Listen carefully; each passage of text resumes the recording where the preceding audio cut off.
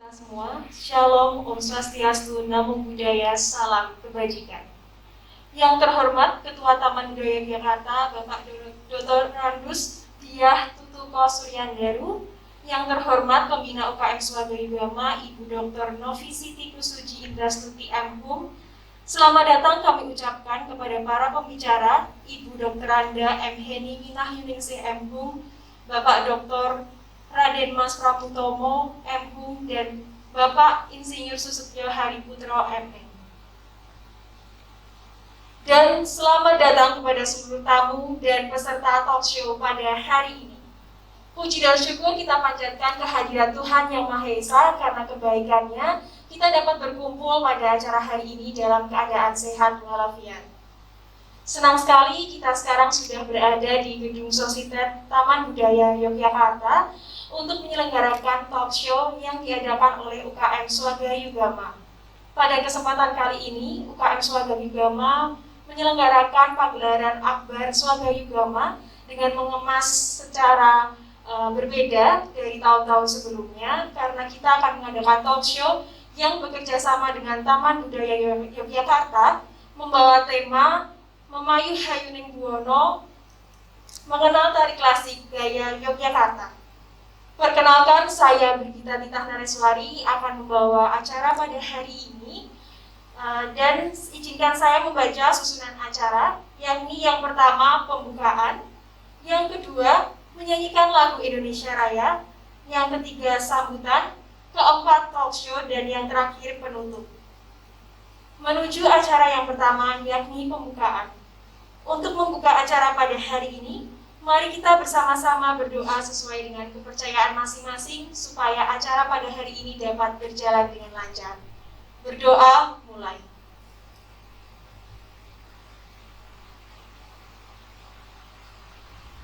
Amin. Acara yang kedua yakni menyanyikan lagu Indonesia Raya. Kepada seluruh hadirin dipersilakan berdiri untuk bersama-sama menyanyikan lagu Indonesia Raya.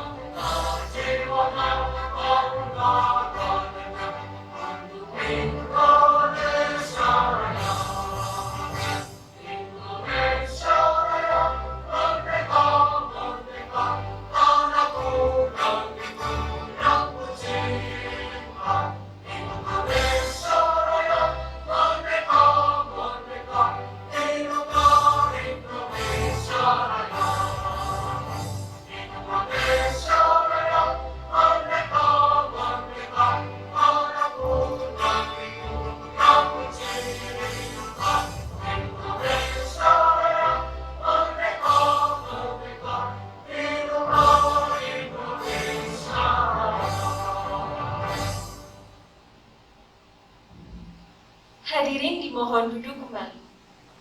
Acara yang ketiga, sambutan Ketua Taman Budaya Yogyakarta kepada Bapak Dr. Randus Diah Tutuko Suryandaru, dipersilahkan. Bismillahirrahmanirrahim. Assalamualaikum warahmatullahi wabarakatuh. Selamat siang, selamat sejahtera bagi kita semua.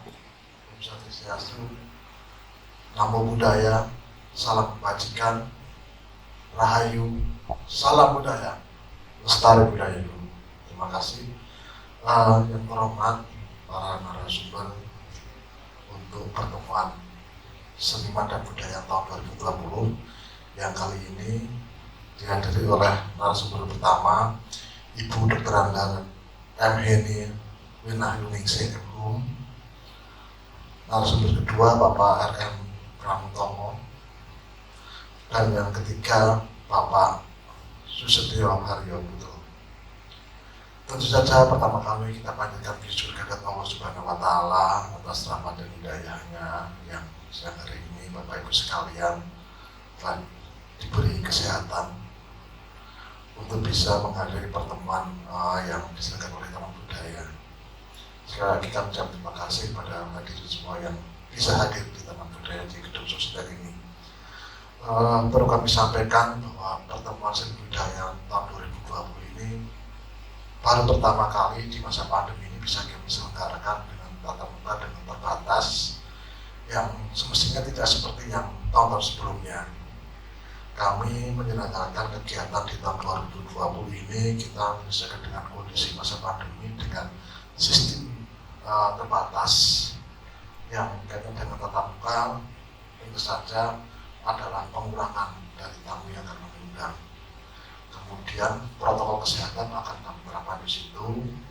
Semua peserta akan terdata dan harus jaga kesehatan semuanya. Perlu kami sampaikan kepada sekalian bahwa selain kegiatan seni dan budayawan, bahwa di Taman Budaya ini di salah satu seksi dokumentasi dan informasi telah melaksanakan yaitu pembuatan profil seniman budayawan. Kami sudah melakukan hal itu, kemudian ada direktur seniman budayawan yang yang mengcover atau mencatat beberapa profil seni budayawan mulai dari masa beberapa tahun yang lalu sampai yang sekarang.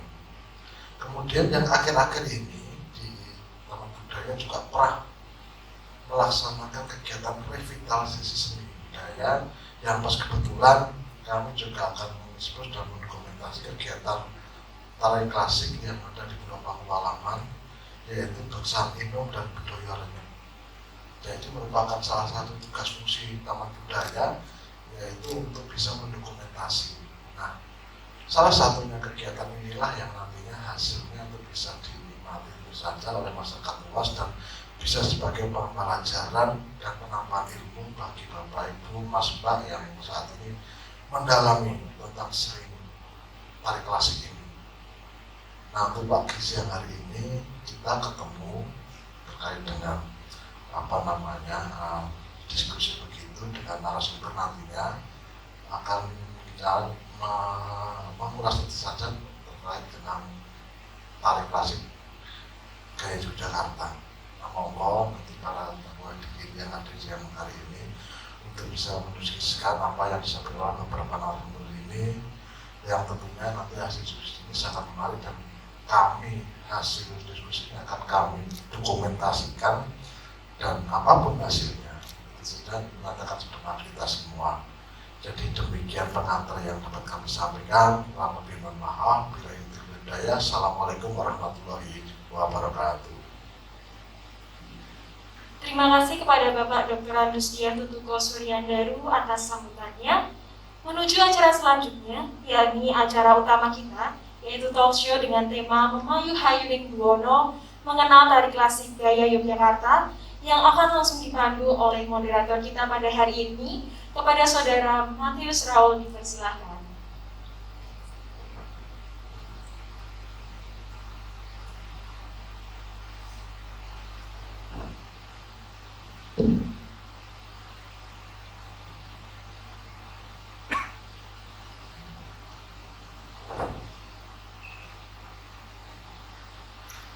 Terima kasih saya sampaikan kepada MC kita, Bendina Rahman Suari. Perkenalkan, saya Matius Raul Sukmiyadi. Hari ini saya akan membantu memandu teman-teman, Bapak Ibu, saudara-saudara sekalian dalam berdiskusi mengenai kesenian klasik dari Yogyakarta, terlebih mengenai seni tari. Saya sendiri adalah anggota UKM Solo Jama dan mahasiswa Universitas Yogyakarta. Seperti yang sudah MC perkenalkan, bahwa tema talk show kita hari ini adalah Memayu Hayuning Buwono mengenal tari klasik gaya Yogyakarta. Talk show ini merupakan bagian pertama dari rangkaian Pameran Akbar Surabaya Drama tahun 2020 yang akan menampilkan pementasan tari klasik di Yogyakarta. Alasan diambilnya tema ini adalah untuk memperkenalkan kembali kepada generasi muda, terlebih karena pemeran-pemerannya juga generasi muda, itu untuk kembali mendalami makna tari klasik di Yogyakarta tidak hanya sebagai seni pertunjukan, namun juga sebagai nilai-nilai esensial yang terdapat di dalamnya yang dapat kita terapkan dalam kehidupan sehari-hari. Langsung saja saya perkenalkan para narasumber kita pada hari ini, yaitu Ibu Dr. Anda Neni Winayuningsih, MPU, sebagai dosen Fakultas Seni Pertunjukan ISI Yogyakarta. Lalu yang kedua adalah Bapak Pramutomo sebagai dosen Fakultas Seni Pertunjukan ISI Surakarta, dan yang ketiga adalah Bapak Insinyur Susutiro Hadiyo Putro MM sebagai pembina UKM Surabaya Drama, mantan pembina UKM Surabaya Drama, Pak. Dan mari kita menuju pada pemaparan materi yang pertama oleh Bu Heri mengenai ciri khas, karakteristik dan juga keunikan tari Bedoyo Sabto itu seperti apa. Silakan Bu.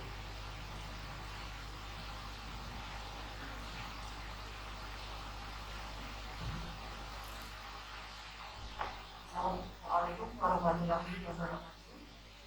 Salam sejahtera, salam kebajikan, dan salam budaya. Selamat siang. Terima kasih sekali kami aturkan kepada Bapak Pimpinan Taman Budaya, Bapak Dian Puto, dan juga Ibu Pembina dan juga Bapak Pembina Surabaya Drama, Ibu Mudiki, dan juga teman-teman semua dari anggota UKM di Surabaya Drama. Sekali lagi Pak Thomas Namtowo sebagai narasumber juga. Sungguh saat yang membahagiakan bagi saya dan juga membanggakan bagi saya. Saya itu dulu kan aktif di Surabaya Drama juga, dan karena saya belum terlibat di situ, teman-teman sering meledek, juga termasuk waktu itu, dengan mengatakan bahwa ini dharma wanitanya Surabaya Drama. Begitu, dan pada akhirnya tahun 96, 98, ketika saya langsung melanjutkan studi magister saya di UGM. Nah, lalu kemudian pada saat itu pernah satu kali pementasan saya terlibat di Surabaya Drama. Jadi ketika itu baru sekali, dan setelah itu tidak pernah lagi terlibat di Surabaya Drama, dan baru sekarang rasanya menjadi seperti kerinduan untuk kembali beraktivitas bersama dengan teman-teman di Surabaya Drama. Terima kasih sekali atas kesempatan ini. Seperti yang tadi disampaikan bahwa yang akan dicoba dikenalkan di sini adalah tari Bedoyo Sabto seperti yang diminta oleh panitia. Bisa dilanjutkan berikutnya. Baik. Tapi sebelum kita sampai kepada Bedoyo Sabto, tentu kita mesti harus mengenal dulu atau bisa mengetahui dulu apa itu Bedoyo, gitu kan. Kalau secara umum memang seperti yang tertera dalam tulisan ini, Bedoyo itu adalah sanggar tari putri istana di Jawa, karena itu ada di Jogja, Solo, lalu kemudian juga ada di Cirebon. Itu disampaikan itu sebagai sebuah tari putri istana di Jawa yang ditarikan oleh 9 orang penari, gitu.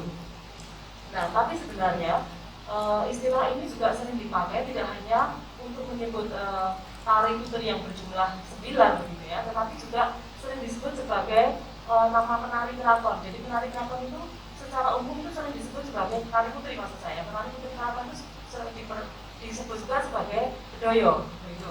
Karena tampaknya memang pada waktu itu tari putri itu memang hanya Bedoyo dan Srigi, gitu. Jadi apapun yang ditarikan oleh penari istana pada waktu itu, orang lalu kemudian menyebutnya ini sebagai Bedoyo. Jadi Bedoyo itu ya nama tariannya, juga nama penarinya.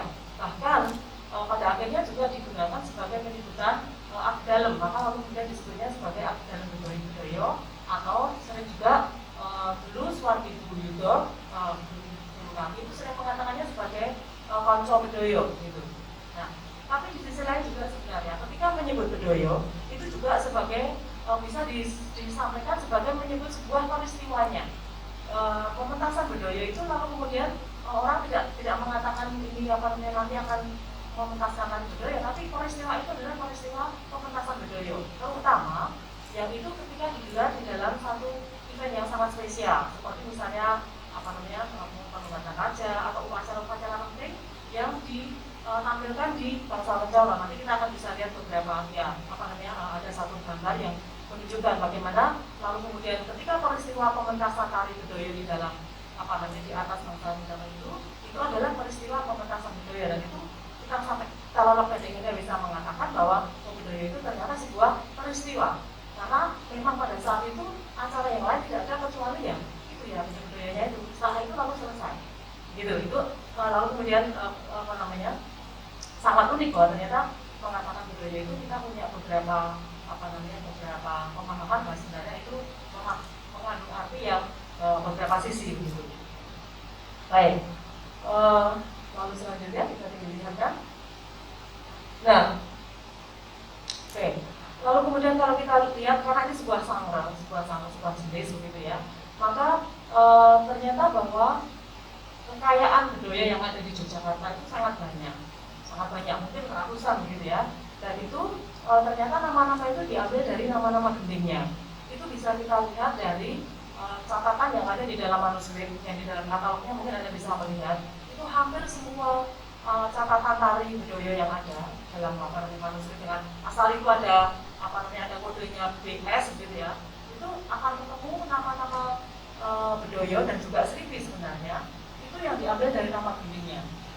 Nah, dan karena ini banyak, itu kenapa begitu banyak di keraton itu memiliki Bedoyo, karena memang tampaknya ini menjadi semacam keharusan, semacam tradisi bahwa setiap sultan yang bertahta itu senantiasa harus membuat satu atau melahirkan sebuah tarian Bedoyo. Dan itu ternyata dalam satu periode kekuasaan atau pemerintahan seorang sultan itu ada cukup banyak tarian Bedoyo yang dipentaskan. Ya, apakah itu sebenarnya Bedoyo yang baru dari gending yang baru, atau seringkali juga itu merupakan pementasan ulang atau pemendekan atau versi yang berbeda dari Bedoyo yang sudah ada sebelumnya. Nah, ini juga bisa kita sampaikan begitu karena ternyata seringkali kita temukan ada satu nama Bedoyo yang sama, katakanlah misalnya ada Bedoyo Burwo gitu ya. Ternyata itu kita bisa temukan di masa pemerintahnya Hatu yang ketiga, tapi juga ketemu di Hatu yang ke-7 misalnya seperti itu. Dan ternyata di situ disebut kali ini Bedoyo Kino, ini Bedoyo yang sudah dipentaskan pada waktu yang beberapa itu disampaikan seperti itu dalam dalam serat kondonya kayak gitu. Nah, kalau kemudian ya kalau kita lihat maka contohnya adalah Bedoyo Sekar, Bedoyo Sumber dan sebagainya, itu adalah nama gendingnya. Ya, tetapi sebenarnya di dalam di dalam serat presidenan itu tidak diceritakan tentang gendingnya, tapi itu memiliki sumber materi dramatik yang sangat beragam. Kebanyakan Bedoyo-Bedoyo yang tua itu sumber materi dramatiknya atau sumber lapan ceritanya itu diambil dari kisah-kisah mitos gitu. Tetapi yang lebih muda tampaknya banyak juga yang menggunakan cerita-cerita dari Mahabharata. Ya, tapi yang lebih tua biasanya cerita-cerita dari mitos dan babat semacam itu. Nah, nama gending yang digunakan itu adalah nama gending pertama atau gending utama. Kita tahu bahwa sebenarnya di dalam tari Bedoyo itu diiringi oleh satu rangkaian gending yang cukup panjang, cukup beragam jenisnya. Ya, ada gending untuk membuka atau mengawali tarian itu dengan kapang-kapang gitu ya. Nah, sebelumnya ada lagon atau lalu kemudian dilanjutkan dengan kapang-kapang, lalu kemudian ada lagon lagi, lalu kemudian ada kawin sekar, lalu kemudian dilanjutkan dengan bowo sekar, dan kemudian baru gending utamanya. Setelah gending utama itu dan itu menjadi bagian pokok dari tarian itu masih ada dibagi menjadi 3 setidaknya. Kadang-kadang ada 4 ya. Gending besarnya itu yang itu biasanya digunakan sebagai nama tariannya, lalu kemudian ada gending lagangan, lalu kemudian gending ketawangan. Kadang-kadang masih ada yang dilanjutkan dengan ayak-ayak dan srekok. Ya, setelah itu baru kembali ke lagon dan kemudian ada ganti atau ada lagangan lagi untuk mengakhiri tarian. Ya, itu adalah rangkaian seperti itu. Nah, dan ini kalau guru-guru kami dulu mengatakan bahwa rangkaian yang seperti ini dengan corak irama yang sangat khas itu lalu kemudian disebut sebagai ini adalah irama atau ini adalah lampah bedayan, gitu kan? Gending atau rangkaian lampah bedayan, karena itu memang ciri karakteristik untuk untuk mengiringi tari Bedoyo. Sehingga kalau misalnya seringkali kita mendengar ada uyon-uyon, lalu kemudian disebutkan bahwa ini adalah gending tertentu misalnya dengan lampah bedayan, itu pasti ada dengan pola irama tertentu dan dengan rangkaian yang tertentu juga, setidaknya dengan rangkaian yang tadi sudah saya sebutkan, seperti itu. Nah, lalu kemudian ternyata ketika semakin muda, semakin ini banyak kita temui di ketika pemerintahan Hamengkubuwono yang ke-9, itu ternyata nama-nama Bedoyo itu tidak lagi menggunakan nama gendingnya, tetapi menggunakan nama inti atau diambil dari pola ceritanya atau dari sumber materi dramatiknya. Maka lalu kemudian kita mengenal ada Bedoyo Mangkono, ada Bedoyo Arjuna Wiwoho, ada Bedoyo yang lain. Itu adalah diambil dari nama-nama sumber materi dramatiknya. Nah, kalau kita perhatikan juga, tampaknya ini pun juga masih sangat baru. Dan kalau tidak salah ingat bahwa ini kayaknya malah dipopulerkan atau penggunaan nama tokoh ceritanya, termasuk juga Sang Amarwahumi yang dibuat oleh Hamengkubuwono ke-10 itu dipopulerkan oleh Romo Sasmito Madjoyo, Romo Sas ya kalau nggak salah. Karena dari Romo Sas seringkali dilahirkan atau diciptakan tarian Bedoyo dengan nama-nama atau diambil dari sumber materi dramatiknya. Ya, tetapi kalau kita temukan di dalam catatan tari di manuskrip di Keraton itu lebih banyak menggunakan nama gendingnya. Nah, ini tentu akan memberi ciri karakteristik yang berbeda untuk tarian ini. Lanjut. Nah, sekarang kita akan lihat apa sebenarnya fungsi tari Bedoyo itu. Ini ada beberapa gambar. Gambar ini adalah semua jenis tari Bedoyo. Kalau tidak salah ini ada Bedoyo Sang Amarwahumi, lalu kemudian ada Bedoyo Tirta Hayuningrat, dan satu lagi itu Bedoyo Api Afrowi juga atau Semang. Ya, itu. Nah, ini diambil di dalam bangsa Mencono. Nah, kenapa gambar ini kita gunakan sebagai penjelasan untuk mengatakan bahwa penjelasan tentang fungsi tari Bedoyo. Nah, rupanya yang sangat penting bahwa kita lihat di istana itu ternyata ada tempat-tempat pertunjukan, tempat-tempat yang dipakai untuk menggelarkan pertunjukan. Nah, bangsa Mencono itu adalah suatu tempat yang paling pusat gitu ya, yang pusat dari bangunan di Keraton itu adalah bangsa Mencono, dan itu adalah tempat yang dianggap paling sakral. Itu tempat itu hanya untuk raja, saya kira. Ya, hanya untuk raja. Nah, tari Bedoyo ini adalah satu-satunya tarian yang boleh dipentaskan di atas bangsa Mencono. Karena tari-tarian yang lain, apapun itu, baik itu wayang wong, yang konon juga merupakan salah satu kalau Prof. Sudarsono mengatakan itu adalah ritual gitu ya, ritual kenegaraan itu pun tidak ditampilkan di atas bangsa Mencono, tetapi di bawahnya, di teratak bangsa Mencono. Dan itu sama seperti ada tadi contoh gambar yang lain, ada Bedoyo Wiwoho Sangastoro.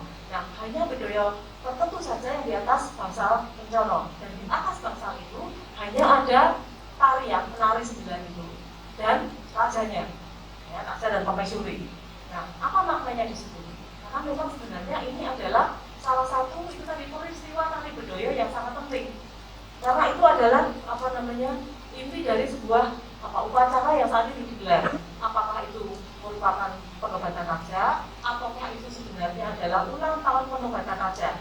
Ulang tahun penobatan raja itu adalah satu hal yang sangat penting, karena itu adalah seperti memperbarui, melegalisasi ulang dari dari kekuasaan sang raja. Seperti itu. Maka lalu kemudian itu di atas bangsa Mencono.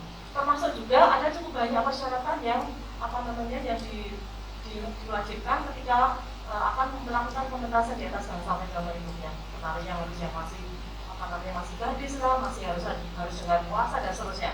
Ya, itu ada cukup banyak tata aturan yang di sana. Nah, seringkali juga tarian Bedoyo yang dipentaskan di atas bangsa Mencono itu dianggap sebagai atau dipercaya, diyakini sebagai pusaka raja. Mengapa begitu? Karena memang sebenarnya itu diperlakukan dengan cara yang sangat khas. Tetapi ciri karakteristik, yang paling penting yang menandai bahwa ini adalah pusaka raja. Karena sebenarnya pada waktu penari itu akan masuk ke atas panggung itu, ke atas pendopo bangsa Mencono itu, mereka itu keluar dari gedung pusaka. Di belakang bangsa Mencono itu kan ada bangunan. Itu adalah gedung pusaka. Nah, penari itu sebelum dia keluar untuk kapang-kapang itu munculnya dari dalam tandanya yang bersiap-siap itu kan di keputaran gitu ya, di bagian dalam itu lalu kemudian kami diirit waktu itu kami pernah ikut di sana, dikirim ke sana, lalu kemudian sebelum turun itu melewati gedung pusaka. Karena apa ya? Tempat ini pusaka. Oleh karena itu lalu kemudian kita meyakini, oh ini loh ternyata mengapa tari budaya itu dianggap atau diyakini sebagai pusaka, karena dia pun ya dikeluarkannya juga dari gedung pusaka itu. Tetapi di tempat yang lain itu tidak akan seperti itu. Nanti kita akan lihat setelah ini ada pementasan budaya juga. Kadang-kadang budayanya itu juga sama seringkali, yang sangat bumi misalnya. Sebenarnya di tempat yang berbeda. Coba di kunjungan satu lagi. Oh, sorry. Ini contoh anunya apa namanya, salah satu yang tadi saya sampaikan, ada persyaratan untuk apa namanya, untuk melakukan pementasan tari budaya. Itu salah satunya itu adalah sesaji, dan sesajinya ini adalah seperti ini gambarnya kira-kira. Seperti ini, lalu dan ada contoh yang berikutnya. Nah, itu adalah sesaji yang isinya makanan macam-macam. Pada waktu itu ketika digelar, waktu itu ada pementasan apa ya, akan mementaskan tari budaya Semarang kalau tidak salah. Itu digelar di atas pendopo begitu, udah ratusan begitu ya. Tapi ketika itu dicacah, dihitung gitu ya oleh ahlinya, salah satunya oleh ibunya Mas Susini, itu ternyata masih kurang 27 macam. Padahal itu sak pendopo sudah penuh itu. Ternyata ketika dicacah ulang itu masih belum ada 27 macam. Dan pada akhirnya, lalu apakah itu gagal? Ternyata tidak.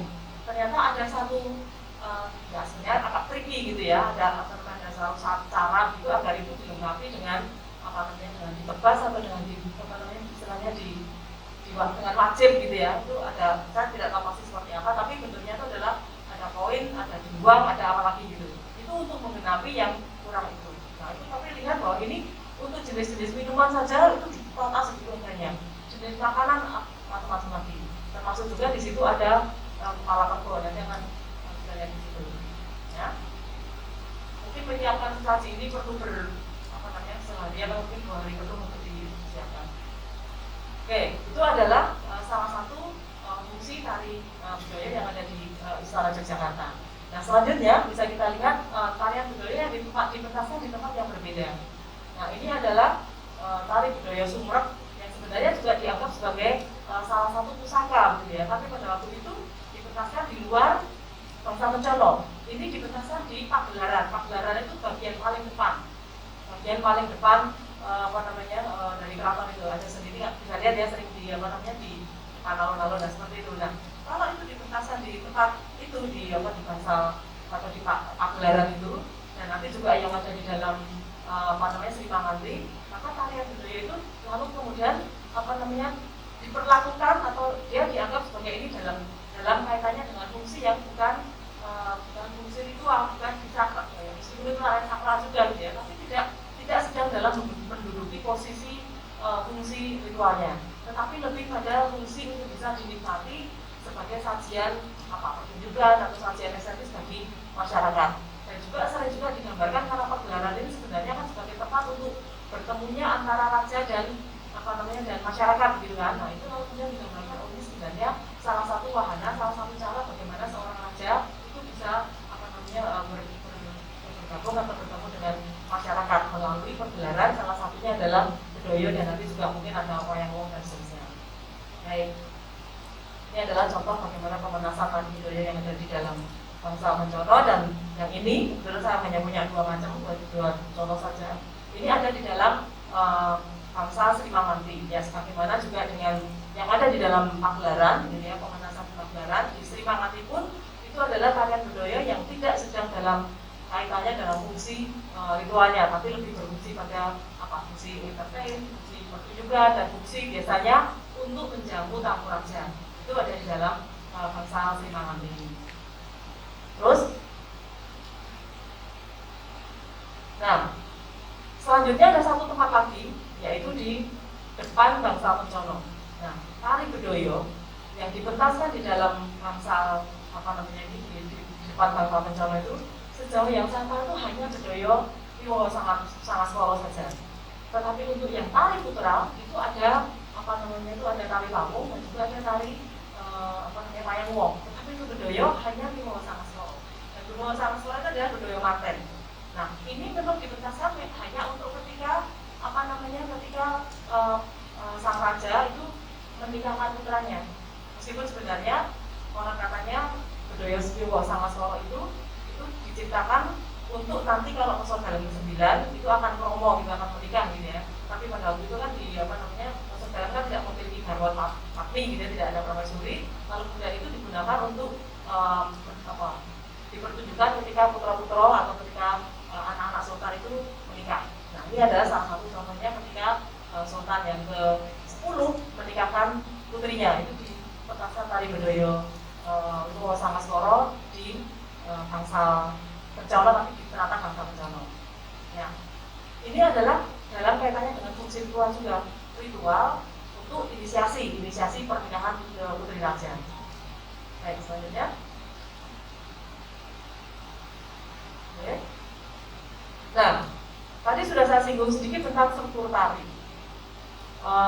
Ketika saya jelaskan tentang bagaimana dengan pola irama dan sebagainya. Nah, kalau kita lihat maka sebenarnya dalam tari budaya itu yang membentuk tarian itu tentu gerak tari gitu ya. Nah, gerak tari itu di dalam tari budaya itu dirangkai dengan cara yang sangat khas. Kita tahu bahwa di dalam tari putri gaya Yogyakarta itu terdiri dari hanya 2 jenis saja, yaitu gerak mandek dan gerak hilir. Gerak mandek itu adalah gerak yang ada di tempat gitu ya. Seperti kalau kita kenal mungkin semacam kencang-kencang, kucang hanginan dan seterusnya gitu ya. Lalu kemudian ada gerak hilir, ada kicap, ada kengser, ada trisik, semacam itu. Nah, ada 2 jenis itu. Nah, dalam tari budaya penyusunan tari rangkaian gerak itu sangat memperhatikan bagaimana antara tari joget mandek atau gerak mandek dan gerak hilir ini. Ya. Kita tahu kalau kita perhatikan ternyata bagaimana berpindah tempat, berpindah formasi itu tidak selalu dengan menggunakan gerak hilir yang jujuk seperti misalnya kicap atau kengser atau yang lain. Tetapi sering juga hilir itu dilakukan dengan bertahap, sedikit-sedikit gitu ya. Nah, oleh karena itu penataan semacam ini nanti akan sangat berpengaruh bagi karakterisasi tari budaya itu. Ya, agar tetap tercapai karakter yang disebut dengan luruh dan jetiko. Luruh itu artinya Luruh itu artinya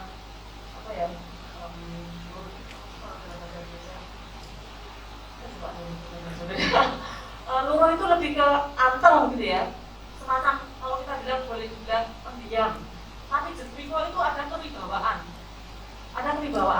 Nah, itu adalah paduan yang sangat harmonis antara gerak mandek dan gerak hilir.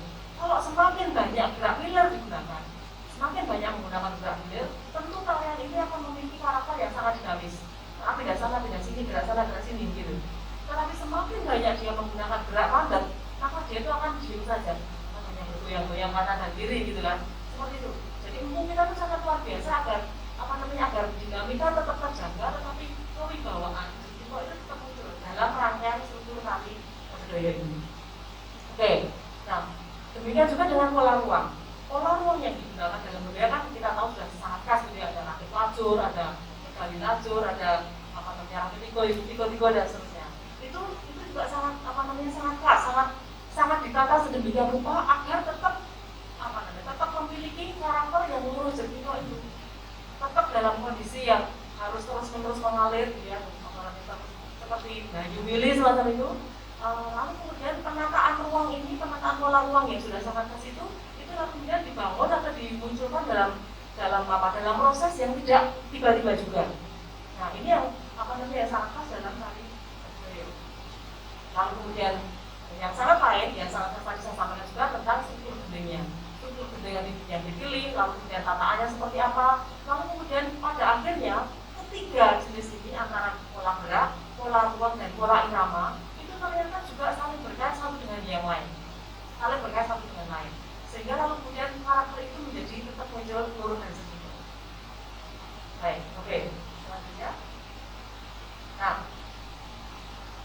di situ ada muatan-muatan simbolik untuk penari ya. Kita sudah tahu bagaimana itu simbol dari tubuh manusia, simbol nafsu yang ada di dalam tubuh manusia, simbol 9 dan seterusnya.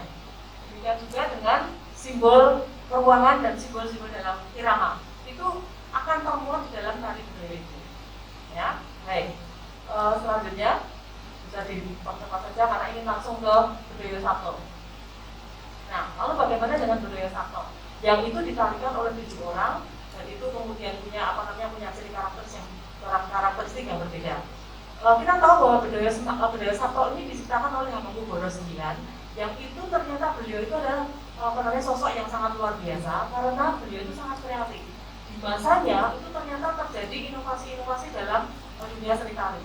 Contohnya adalah Bersamena. Contohnya adalah dua bedoyo ini adalah bedoyo yang sangat monumental begitu ya, karena baru dari HB9 inilah muncul bedoyo dengan penari yang berbeda, muncul dengan gaya yang berbeda, dan muncul dengan tata ruang, tata irama, tata gerak yang sangat berbeda. Ya, nah ini tentu sangat dipengaruhi karena gagasan beliau ketika beliau bertahta itu memunculkan satu pernyataan tahta untuk rakyat. Itu disampaikan seperti itu. Nah sekarang apa kaitannya tahta untuk rakyat? Bagaimana dia menjadi pengembang pembaharu dari tari Jogja itu dalam budaya Sabto. Mari kita simak bersama. Nah, satu lagi. Ya, kita lihat nama tarian ini diambil tidak dari nama gending dan juga tidak dari nama sumber materi dramatiknya. Ya, budaya Sabto ini adalah bercerita tentang Sultan Agung yang mengutus utusannya dua orang temunggung ke tanah Pasundan untuk membuat batas itu, taman batas seperti itu. Tidak diambil dari cerita itu, tetapi diambil dari jumlah penarinya. Tetapi ada penari bedoyo yang 6 tidak disebut dengan bedoyo 6, tapi bedoyo Wibowo Sangasoro.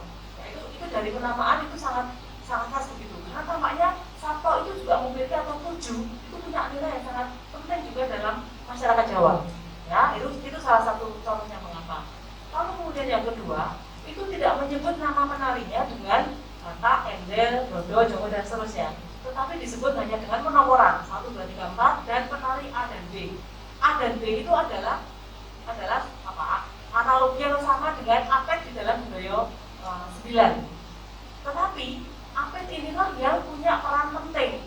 Tidak seperti dalam budaya 9 yang batak dan endel yang ada di dalam nasional itu sebagai peran pokoknya. Nah ini akan menjadi hal yang kita simak. Mengapa begitu? Mengapa dua tokoh di luar itu menjadi penting? Ya. Nah, kita lihat bahwa ini diminta untuk memperkenalkan tari gaya Yogyakarta yang kita pahami bersama itu menjadi satu aset, satu potensi yang sangat luar biasa bagi Yogyakarta ini.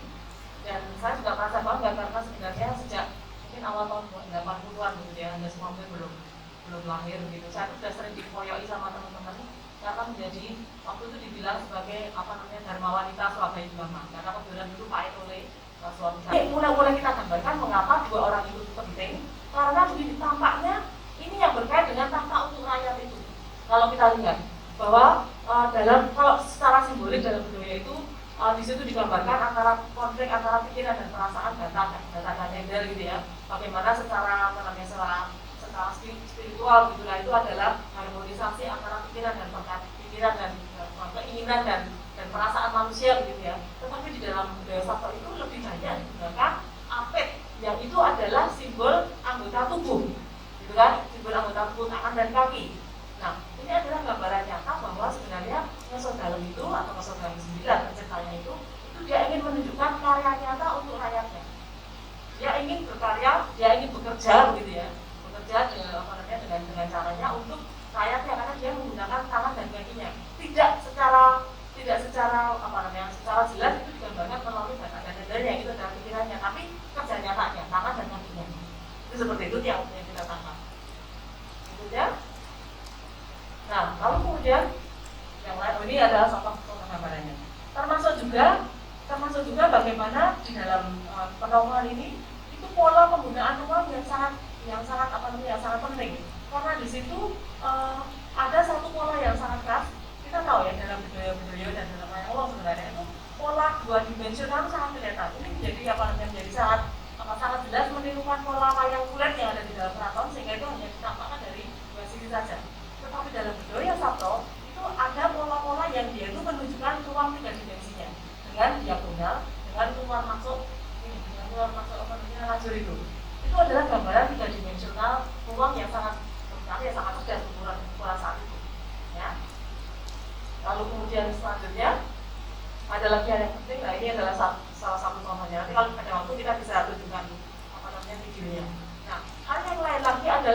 pemilihan lakon atau sumber materi dramatiknya, bahwa Sultan Hamengkubuwono ke-9 menggunakan cerita Sultan Agung yang sedang mengutus abdinya ke Pasundan untuk melindungi masyarakatnya, membuat benteng itu kan melindungi masyarakatnya gitu ya. Itu dari penjajah, meskipun seperti waktu itu kan dalam sejarah kan Sultan Agung itu sampai 2 kali menyerang Batavia gitu kan. Nah itu lalu kemudian dibuat gambarnya, dibuat cerita mitologinya dengan dua orang abdinya itu. Nah tetapi kalau itu pada akhirnya gagal, tapi membuat kapal batas. Dan lalu kemudian bagaimana salah seorang tokohnya itu di sini digambarkan kalah gitu ya. Kalah itu artinya dia hanyut gitu, atau dia lalu kemudian pergi ke alam lain, ke alam jin. Nah ini adalah sangat simbolis menurut kami, bahwa sebenarnya dengan perkawinan antara orang Jogja gitu ya, keutusan dari Jogja dengan sesuatu dengan jin yang ada di Pasundan itu adalah gambaran, ini adalah penyatuan sebenarnya. Penyatuan antara yang ada di Jogja dan ada di Pasundan itu.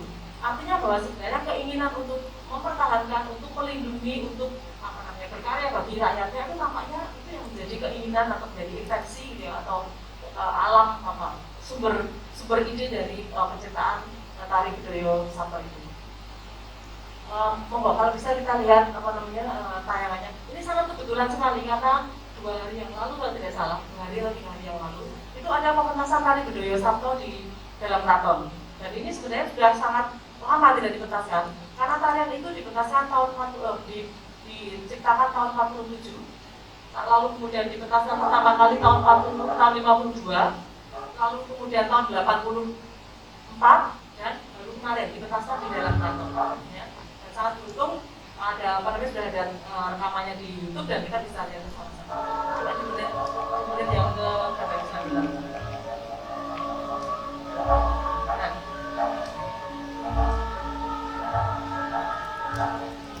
Nah, ini gambaran yang sangat jelas antara gerak tari, persidenan dan ceritanya. Boleh dikecilkan sedikit suaranya?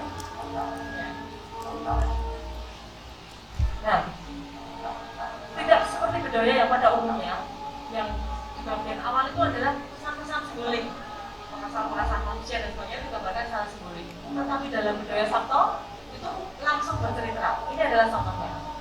Bercerita tentang perjalanan ke Pasundan dengan sungai, kelok-kelok seperti itu. Digambarkan secara naratif. Ya, baik. Nanti Anda bisa lihat sendiri apa yang saya sampaikan ini dengan tayangan di YouTube yang sudah disediakan oleh keraton pada waktu itu. Terima kasih dan mohon maaf apabila terlalu tergesa-gesa dan belum sampai pada intinya. Terima kasih banyak Bu Indi atas penjelasan mengenai Bedoyo, terutama Bedoyo Sabto sebagai sebuah teologi yang merupakan pencurahan spiritualitas ya Bu ya, karena yoso tarian dengan filosofi yang seperti itu kan tentu tidak mudah, dan juga sebagai sesuatu yang lebih naratif dibandingkan sebuah struktural. Terima kasih penjelasannya. Lalu untuk pembicara yang kedua, kita sambut Pak Pramutomo atau biasa disapa akrab sebagai Om Momo, menjelaskan mengenai sejarah dan perkembangan wayang wong gaya Yogyakarta dari segi artistik, politis, dan juga historis. Itu seperti apa sebagai sebuah seni elitis Mataraman? Monggo. Terima kasih yang saya hormati pimpinan Taman Budaya Yogyakarta, panitia dari Swasta Yogama yang saya hormati pula, dan para narasumber yang lain, dan seluruh hadirin yang hari ini bisa mengikuti acara ini.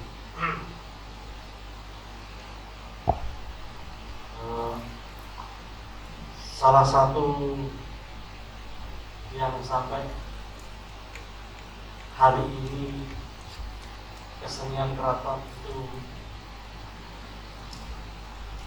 tetap menjadi karya masterpiece adalah wayang wong.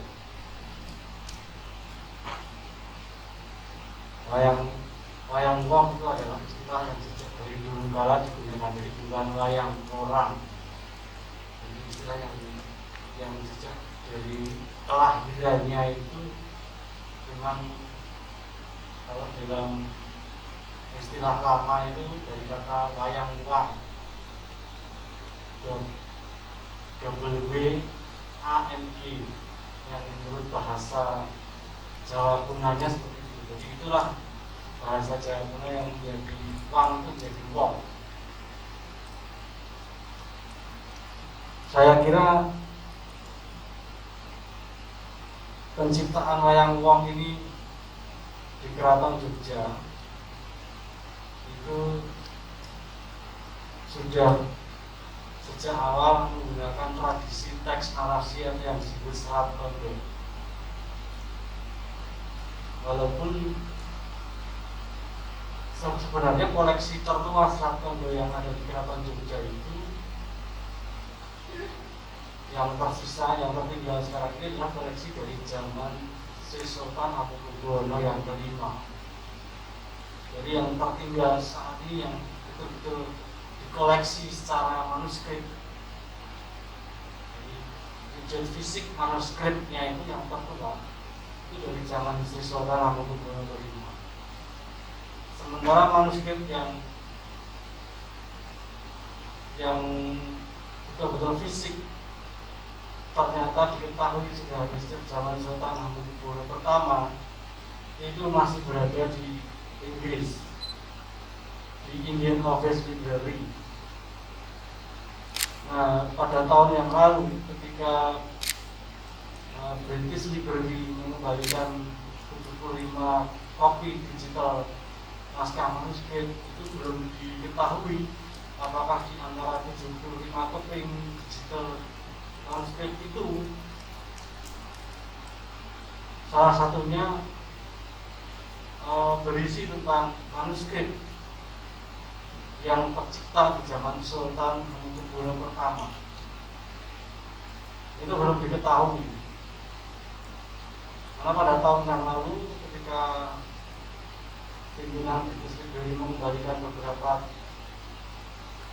koleksinya ke dalam keraton, itu juga sampai hari ini kita belum tahu apakah ada naskah yang betul-betul tercipta pada tahun 1778 ke atas. Jadi tahun 1778 itu adalah zaman Sri Sultan Hamengkubuwono pertama. Karena Sultan Hamengkubuwono pertama meninggal pada tahun 1792.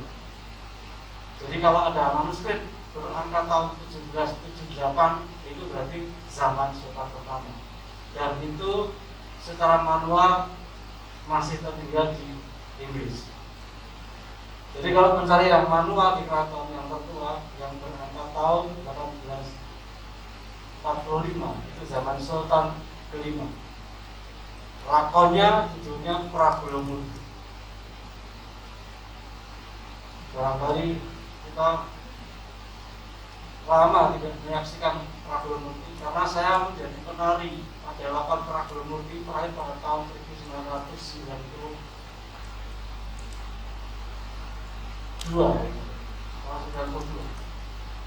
Saya menari pada lakon Prabelomurti pada waktu itu. Dan sejak saat itu kita tidak pernah melihat pergelaran lakon Prabelomurti lagi. Jadi tahun 92 sampai 2020 itu Prabelomurti belum pernah dipergelarkan lagi.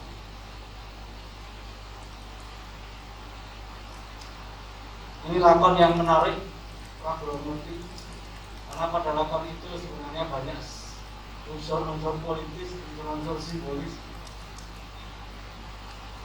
dan ini berkaitan dengan peristiwa hidup Sri Sultan Hamengkubuwono kelima. Berikutnya, dan saya memulai dengan aspek artistik karena wayang wong itu yang pertama-tama berani memberikan komentar dan penilaian itu adalah para penulis Belanda. Penulis Jawa itu kalau memberi komentar kurang kurang berani, karena takut kualat. Jadi programnya yang pertama kali dicetak itu adalah programnya yang ditulis oleh Groneman, karena aspek artistik itu menyangkut kualifikasi teknis formalitas yang pertama-tama ditangkap oleh para penikmat. Salah satu penilaian mutu estetik yang penting disampaikan Groneman bahwa pada 8 program 8 pergiwo tahun 1889 itu ada segmen adegan yang sangat dikagumi, yaitu adegan percintaan antara Irawan dengan Dewi Kisah.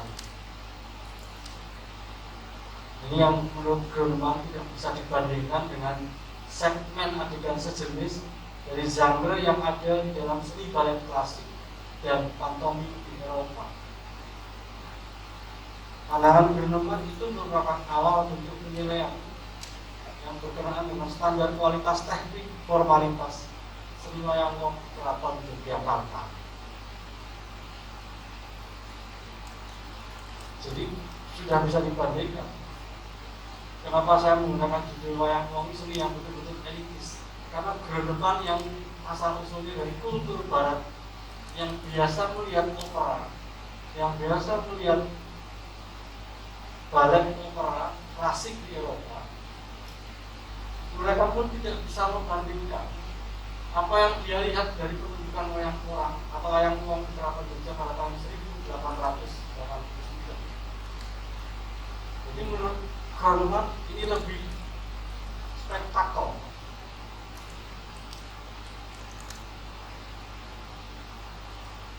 Diteruskan oleh Groneman dalam program wayang kurang 1899 ya.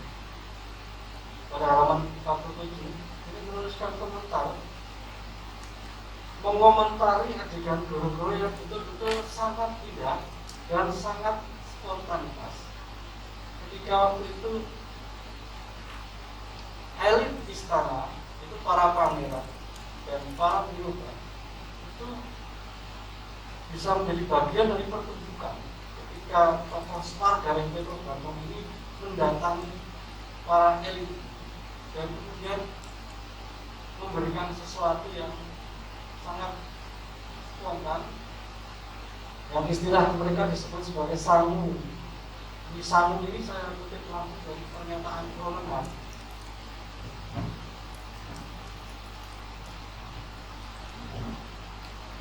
Selain itu pada halaman 65 dalam program rapat video di dalam pertunjukan tahun 1899 ini Groneman ini mengakui peran tokoh yang memerankan Prabu Dasamuka yang dibawakan oleh salah seorang putra sultan, ini sultan ke-7, putra sultan ke-7 yang bernama Gusti Pangeran Arya Mangkukusumo.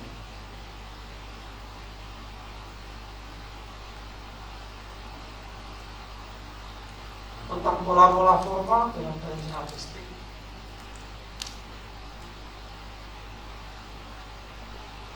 sudah dimulai masa-masa akhir Sultan Hamengkubuwono ke-7. Keterangan ini dapat diambil dari peran seorang guru tari terkemuka di zaman Sultan Hamengkubuwono ke-7 akhir hingga Sultan Hamengkubuwono ke-8 awal.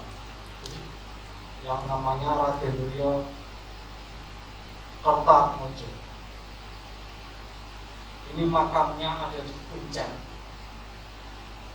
di sebelah utaranya makamnya almarhum Romo Harimurti.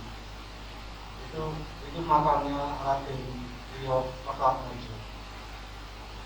Dia masih pada masanya dia adalah seorang penari yang terkenal sebagai Resi Seta dan kemudian guru tari handal. Dia adalah paman dari Kanjeng Pangeran Haryo Bronto Tiningrat. Palimbaran Hari Bromo Tingrat ini adalah selain kemenakannya, dia juga murid utamanya dari utamanya ini. Yang akhirnya dikenal sebagai seorang penari Arjuna yang handal di zaman Setan Hamengkubuwono.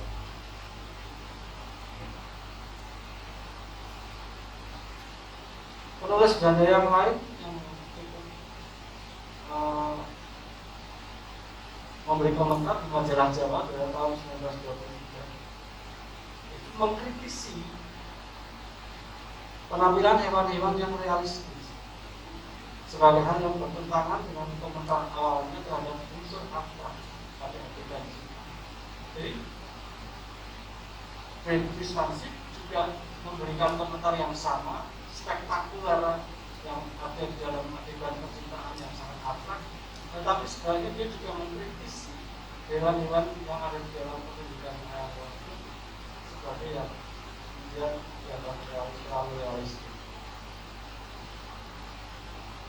Saya itu juga mengkritisi busana baju rompi tulisan Jean Bedrosian yang dianggap lebih buruk dibandingkan dengan model mekakan. Ini pernyataan Frederick Wansink pada majalah Jawa tahun 1923. Kemudian seorang penulis Belanda yang lain yang secara artistik juga memberikan komentar adalah Profesor Schreike, gurunya Sultan Hamengkubuwono ke-9.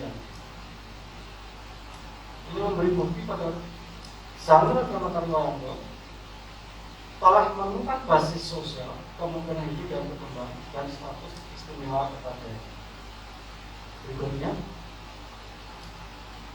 Ini gambar-gambar di zaman Sultan ke-7, berikutnya di zaman Sultan ke-7. Nah, kemudian di aspek politik berikutnya, aspek politik merupakan aspek paling menonjol dalam penyajian wayang wong era Sultan Hamengkubuwono ke-7 dan sesudahnya, terutama Sultan Hamengkubuwono ke-8. Jadi peralihan antara Sultan Hamengkubuwono ke-8 ini aspek politisnya lebih menonjol karena disitulah ada strategi kebudayaan melalui Pidato Wiromo. Dan sebenarnya kalau kita ingin melihat fakta sejarahnya yang menyebabkan masa kejayaan wayang wong di masa Sultan Hamengkubuwono adalah para penarinya adalah alumni angkatan pertama Pidato Wiromo.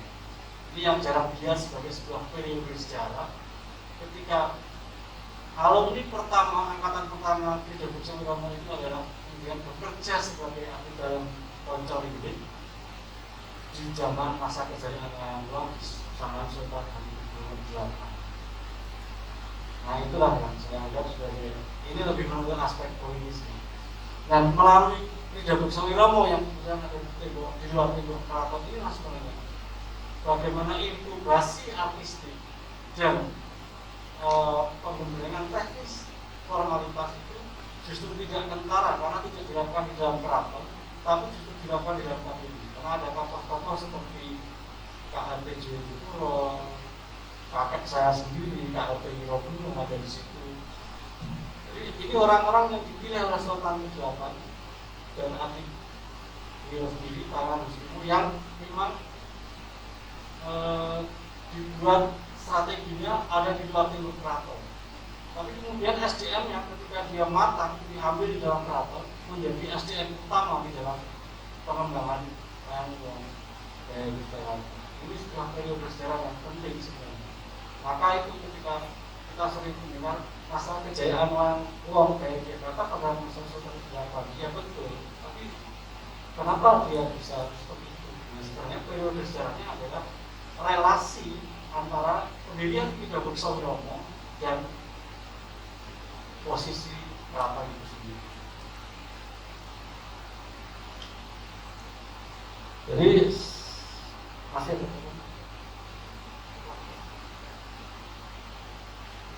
Ya, kalau kurang sedikit langsung saya simpulkan saja. Jadi itulah kenapa seni wayang wong adalah seni yang elitis sesuai konsepsi Arnold Hauser tentang Arts of Culture Elite. Kategori gaya penampilan seni yang klasik, wayang wong Gagrak Mataraman adalah seni yang elitis. Wayang wong Gagrak Mataraman adalah seni yang rumit, kompleks, dan detail. Yang lain itu adalah gambar-gambar, coba gambar yang terakhir ini menarik. Setelah itu, nah di sebelah kanan itu, sekarang kalau dulu itu butuh bega itu sampai turun, tidak pakai rantai. Itu zaman Sultan zaman awal. Jadi kalau sekarang kita menggunakan itu, nanti kalau Pak Sus ini bikin jajaran kawas tipu, kalau pakai sampai turun sah-sah saja, karena pernah terjadi di zaman awal Sultan Hamengkubuwono VIII, butuh begal itu jajaran bukan pakai rantai, tapi sampai turun. Jadi ya saya kira itu ilustrasi saja. Jadi demikian, nanti akan ada diskusi yang lebih menarik. Terima kasih. Saya akhiri paparan saya. Aku saya kembalikan ke moderator. Saya ucapkan terima kasih kepada Momo karena sudah menjelaskan terkait wayang wong, dan yang menarik juga jika teman-teman ingin barangkali browsing atau mendownload itu wayang wong Perdiwo dan Keraton Yogyakarta oleh Isekronman itu ada di internet. Itu sangat menarik juga untuk dibuat referensi yang ingin mengetahui lebih lanjut tentang format pementasan wayang wong terlebih di tahun 1899 era Sultan Hamengkubuwono yang ke-7. Lalu juga jika ingin memahami lebih lanjut mengenai PowerPoint yang sudah dijelaskan tadi, bisa membaca buku Momo sendiri yang ditulis oleh Momo, Jejak Sosiohistoris Penciptaan Drama Tari Jawa terbitan tahun 2017. Lalu setelah kita membahas wayang wong pada umumnya, mari kita membahas mengenai wayang wong dalam sebuah lakon, yaitu lakon Sekipu Leno yang disutradarai oleh Pak Susutyo Hadimaputro, yang akan juga dipentaskan dalam pagelaran akbar Swadayugama pada bulan November nanti. Monggo Pak Susutyo. Terima kasih adik-adik, Bapak Ibu sekalian. Ini suatu kehormatan bagi saya karena harus berbicara tentang seni, dan saya diapit oleh dua dosen perguruan tinggi seni, jadi sangat kompeten. Oleh karena itu saya tidak berani bicara tentang aspek teori dan ilmiah tentang kesenian, saya praktis-praktis saja. Ya ini kalau bahasa populernya saya ingin cerita behind the scene naskah ini. Nah ini karena itu tadi, supaya saya rada bangun berdiri di sini, ini saya tampilkan gambar ini foto saya. Jadi hanya untuk legitimasi bahwa saya pernah menari gitu. Jadi duduk sejajar dengan Mas Pramutomo dan Mbak Deni itu foto wani. Nah, dan saya berharap karena saya pernah menari seperti ini pakai topeng, jadi saya berharap pengalaman itu membantu saya untuk berbicara pada audiens menggunakan masker ini. Jadi saya berharap suara saya bisa sampai diterima. Baik, saya akan mulai dulu dengan UKM Swadayugama karena tadi saya dikenalkan saya adalah mantan pembina Swadayugama. Sekarang juga saya sebenarnya bukan mantan pembina, tetapi saya adalah mantan anggota Swadayugama atau alumni Swadayugama, itu yang lebih tepat. Dan kalau dilihat di sini, Swadayugama itu ternyata adalah wadah bagi para mahasiswa dan alumninya. Jadi saya sampai hari ini juga masih Swadayugama juga. Jadi Swadayugama never dies gitu. Jadi istilahnya begitu. Nah, sampai saya membina Swadayugama tanda kutip, itu ada dua bidang utama yang digeluti oleh Swadayugama, yaitu adalah tari dan karawitan. Tetapi pada tahun kemarin itu ternyata Swasta Karma sudah berhasil mengembangkan dirinya memiliki bidang lain yaitu pedalangan. Hanya apakah ini nanti masih bisa dilanjutkan atau tidak, karena yang namanya ini UKM ini adalah, kalau di UKM itu adalah organisasi minat dan bakat. Jadi yang masuk itu ada yang berbakat, tapi ada juga yang tidak berbakat tapi berminat.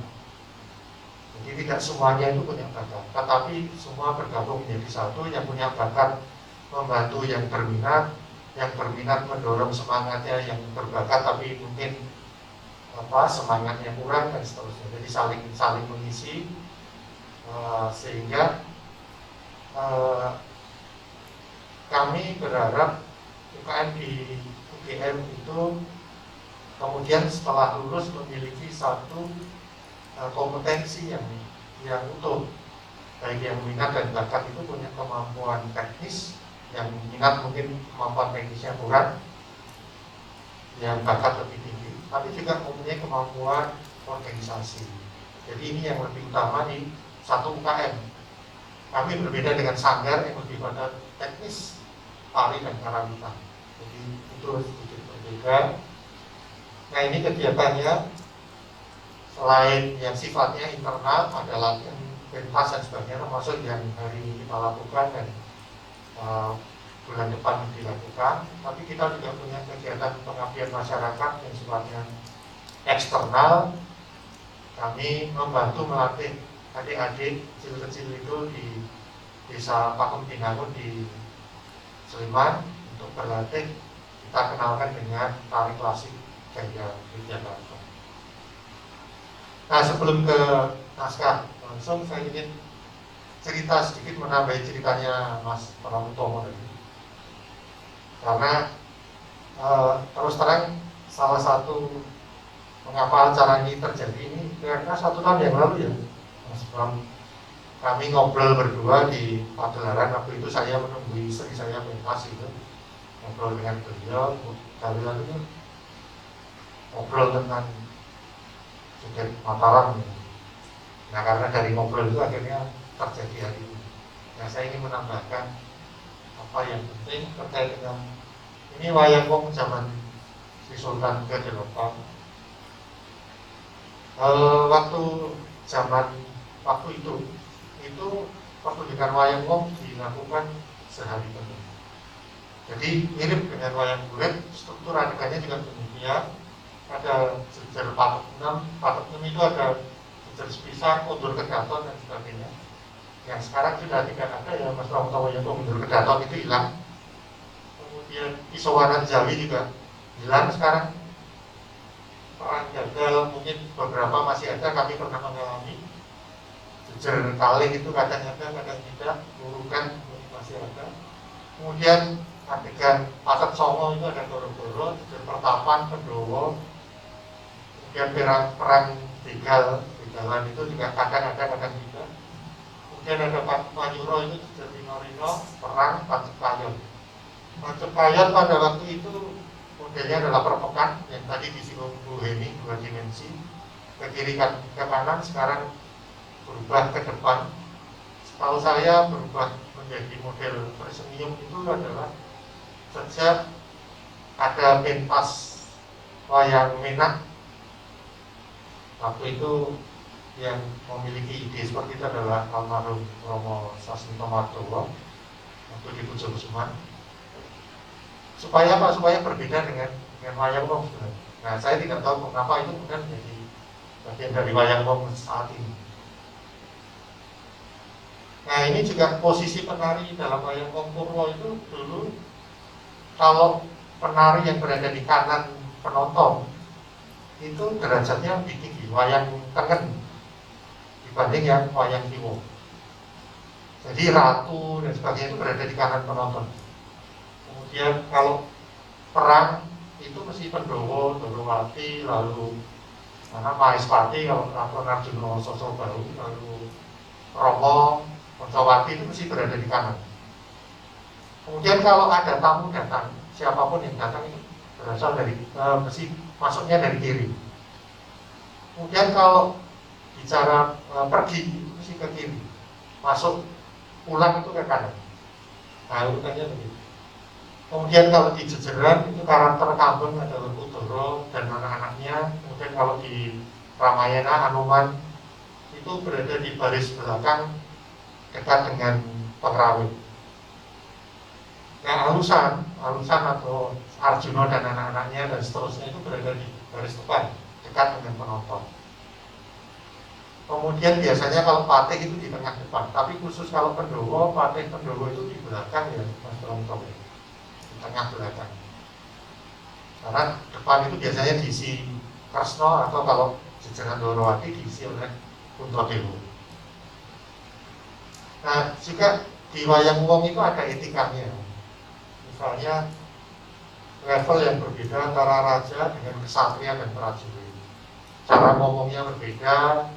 Kemudian yang raja itu duduk di dampar atau di dingklek dan seterusnya, yang prajurit di bawah.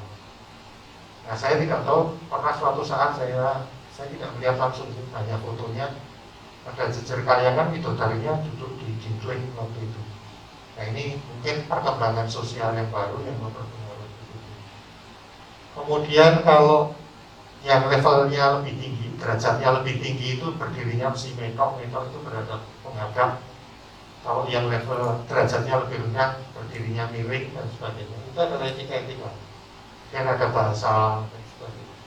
Kemudian ada gerak-gerak yang menunjukkan bahwa dia perlu menghormati, ada gerak pendapat dan sebagainya. Nah, ini etika dalam wayang wong. Mengapa ini saya singgung? Karena ini nanti berkaitan dengan naskah yang akan dipentaskan oleh saudara.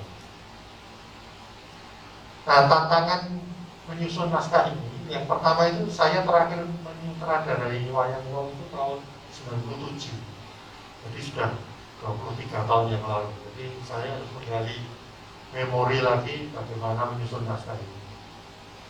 Kemudian naskah wayang wong Gatotkaca Lair yang saya miliki itu tulisan Jawa, sedangkan saya bukan dari sastra Jawa, jadi harus mengingat kembali pelajaran SD Wonocoroko itu membaca itu. Ini tantangan tersendiri juga. Kemudian terus terang saya relatif buta dengan kemampuan adik-adik Swagayukama. Kemampuan menariknya bagaimana? Karena kalau zaman saya itu ada banyak tokoh tari, ya, ada Mas Wibo Ngamadum yang beliau adalah aktif sekali di Yayasan Siswa Mukso. Ada banyak teman yang aktif sehingga kita bisa pindah-pindah orang itu dengan mudah. Nah, sekarang itu saya tidak begitu kenal, kebetulan saya juga tidak begitu aktif di kegiatan kesenian, jadi saya tidak begitu paham peta gitu. Dan saya tidak nunggui harian latihannya Swagayukama juga, jadi ini tantangan juga. Kemudian ini kami mengundang para alumni. Ternyata alumni itu juga sudah memorinya juga sudah mulai hilang. Menari itu kalau tayungan bagaimana. Nah, ini mengembalikan kemampuan dan memori mereka itu tantangan tersendiri. Nah, ini yang bagi adik-adik begitu pandemi itu tugas daringnya itu menumpuk. Jadi ngatur bagaimana supaya membuat naskah yang mudah dicerna. Ini tantangan bagi saya. Kemudian tadi banyak dari kita itu sekarang tontonannya adalah sendera tari, sehingga membumikan etika-etika yang saya sebutkan tadi itu menjadi satu hal yang baru bagi adik-adik ini. Nah, ini yang baru saja terjadi, ruang latihan di gelanggang itu diambrukkan, jadi sudah tidak ada ruang latihan, sehingga bagaimana mencari tempat latihan yang representatif supaya taat protokol kesehatan. Nah, ini menjadi tantangan juga. Nah, tantangan yang ke depan ini bagaimana itu ditayangkan secara daring. Bagaimana supaya saya membayangkan tidak hanya sekedar pentas direkam begitu, tetapi betul-betul bisa diulang. Oleh karena itu adik-adik panitia ini kerjasama dengan videografer, saya kalau tidak salah. Ini tantangannya bagaimana itu bisa dinikmati bahwa itu tontonan daring, bukan hanya sekedar rekaman pertunjukan. Nah, ini sekilas cerita Sri Muleno. Ini ada fotonya Pak Pramutomo itu waktu cerita Gatotkaca Lair tahun 81. Jadi Bathara Maeswara jajaran kayangan. Yang di depan itu saya, yang di depan ini teman koleganya Bu Hemi, Mas Babi. Nah, ini adegan kawah. Ini Skipuleno itu bagian dari Gatot Kaca lain gitu. Nah, intinya adalah menceritakan kisah Sekipu yang melamar Penari Wilutomo atas perintah dari Prabu Prajono. Kemudian meskipun Sekipu itu sakti dan bisa mengalahkan para dewa, tapi akhirnya dia kalah oleh Gatot Kaca yang baru lahir dan kemudian dibesarkan, digembleng di kawah Condoro Dipuko. Nah, kalau moral ceritanya adalah bagaimanapun kejahatan, kesalahan itu mesti dapat dikalahkan. Termasuk virus COVID itu mesti dapat dikalahkan. Ya. Nah. Kemudian moral story yang lain adalah ya saatnya yang muda itu yang berkarya resmi. Itu intinya. Jadi tidak ada, kalau tadi Mas Pramutomo menyinggung kalau di keraton dulu itu moral story-nya mesti di belakangnya adalah kisah politik gitu ya. Saya membaca Gondowerdoyo zaman HB5 itu betul-betul sindiran terhadap perang saudara yang terjadi waktu itu antara prajurit Diponegoro gitu. Mungkin waktu itu dengan Belanda yang mau tidak mau keraton harus sama-sama dengan VOC waktu itu. Ada nuansa seperti itu. Nah, ini pemilihan cerita dan konsepnya. Mengapa memilih cerita itu? Yang pertama, penari putra di Swagayugama itu minim sekali jumlahnya. Jadi makanya tadi saya singgung ada alumni, saya harus beresek mengundang alumni untuk ikut membantu, dan itu tetap minim. Kemudian penari putranya cukup lumayan, tapi pengalaman pentas wayang wongnya sedikit. Kemudian ada kebutuhan pentas di tempat lain, karena waktu adik Swaga bertemu saya cerita kalau karena Swaga punya pentas rutin di Bangsal Srimanganti. Nah, pada tahun ini itu rencananya kalau di Bangsal Srimanganti harus pentas wayang wong. Nah, bagaimana supaya cerita ini bisa direplikasi di Bangsal Srimanganti itu salah satu tantangan. Sehingga ketemulah cerita ini. Sebenarnya ada beberapa cerita yang saya susun. Nah, sehingga konsepnya adalah ini dapat diperankan oleh anggota alumni Swagayugama yang pertama. Yang kedua, mudah direplikasi lagi, diulang lagi, dipentaskan mudah. Jadi tidak perlu terlalu neko-neko. Tadi mudah dipentaskan di Pendopo. Kemudian bagaimana supaya tidak membosankan atau terasa kuno, itu tantangan. Sehingga saya memilih untuk sedikit memodifikasi wayang wong Purwo klasik. Modifikasinya tidak banyak. Nah, struktur naskahnya semaksimal mungkin saya sesuaikan dengan struktur wayang wong Purwo yang klasik. Jadi ada 46, Songo, dan Menyuro. Kemudian posisi tokohnya seperti yang saya sebutkan tadi. Kemudian etikanya juga menggunakan etika seperti yang ada waktu zaman Hamengkubuwono VIII, menggunakan ragam tari, gending, tembang, dan busana yang sudah ada. Nah, saya tidak tahu nanti busana saat daring itu seperti apa, saat pandemi itu nanti ada tambahan apa, ini mungkin karena tuntutan itu saja, tuntutan kesehatan. Kemudian karena jumlah penari putranya sedikit, kehebohan atau kemegahan wayang Purwo klasik itu kan ada di jejeran, di mana jejeran itu butuh penari putra yang banyak, sehingga saya menghindari ada adegan jejeran. Kalau ada adegan jejeran ya hanya bisa ditarikan satu orang misalnya. Nah, ini yang dihindari. Nah, dari naskah kebenaran kira-kira begini, saya membuka naskah lama, catatan gending, pustaka. Ini pustaka andalan saya itu bukunya Prof. Sudarsono tentang wayang wong, karena kebetulan covernya foto saya itu. Jadi makanya saya jadikan buku andalan. Waktu kami akan keraton akan melawat ke Amerika. Kemudian naskah saya susun waktu awal pandemi di bulan April, kemudian konfirmasi gede dan sebagainya ke beberapa narasumber, karena saya tidak cukup pede karena itu tadi 23 tahun tidak memutar acara ini. Kemudian, nah ternyata harus ganti lakon karena ada penari yang tidak bisa. Sudah. Jadi kalau tadi alasan perso dalam itu adalah alasan politis dan sebagainya, alasan saya praktis. Penarinya adanya siapa? Bisa menari seperti apa? Nah itu yang kemudian saya buat naskahnya. Nah sudah saya susun, ternyata ada penari yang tidak bisa, ya ganti lakon. Dan saya paksakan untuk menggunakan lakon yang itu. Kemudian dipastikan mereka-mereka yang sudah bersedia tetap bisa bersedia. Ini di awal Agustus kita pastikan. Lalu latihan mulai pertengahan Agustus ada penjelasan naskah. Kita ada latihan ragam gerak tari bersama-sama. Kita cari bersama-sama ragam geraknya seperti apa. Kemudian latihan ucapan secara daring kita lakukan.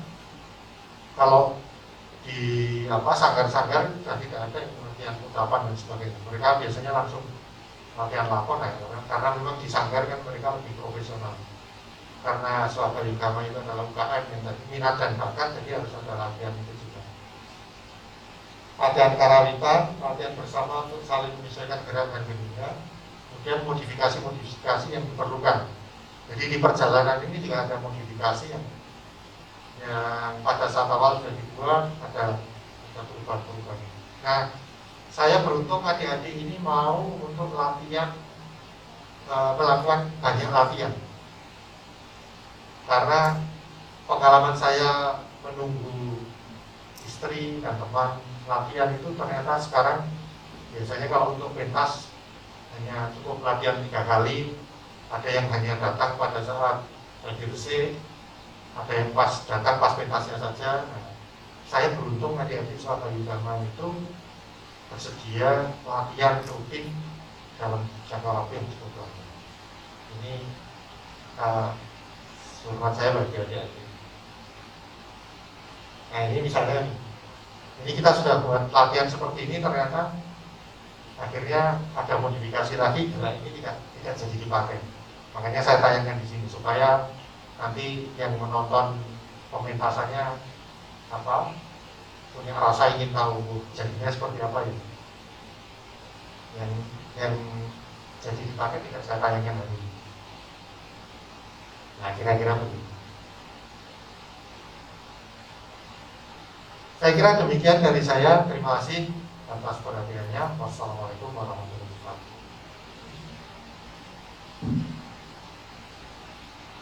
Menurut Pak Sus atas pemaparannya terkait pementasan wayang wong dengan lakon Siti Rino.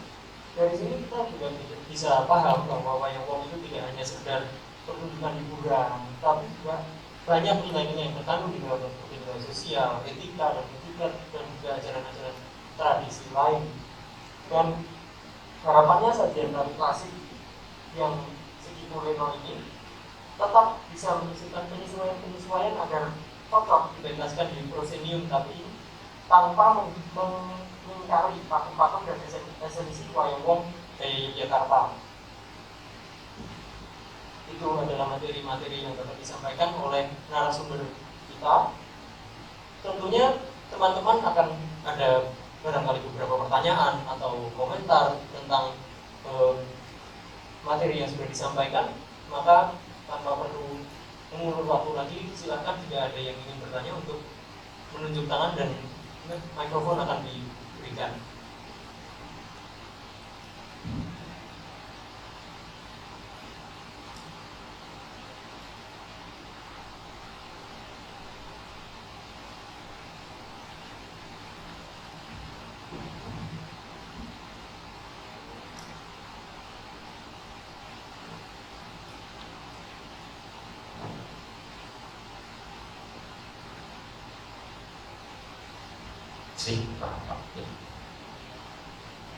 Selamat siang Bapak Ibu narasumber dan juga teman-teman panitia penyelenggara acara ini. Pertanyaan saya tidak terkait dengan kondisi masyarakat saat ini yang mungkin menganggap bahwasanya enggak semuanya, tapi mungkin sebagian kecil masyarakat menganggap bahwasanya keraton sendiri sekarang kurang memiliki nilai tawar di masyarakat, yang mana sekarang di era yang sangat-sangat mengagumkan demokrasi, tetapi saat ini keraton masih tinggi nilai hierarki yang masih ada sampai saat ini kan.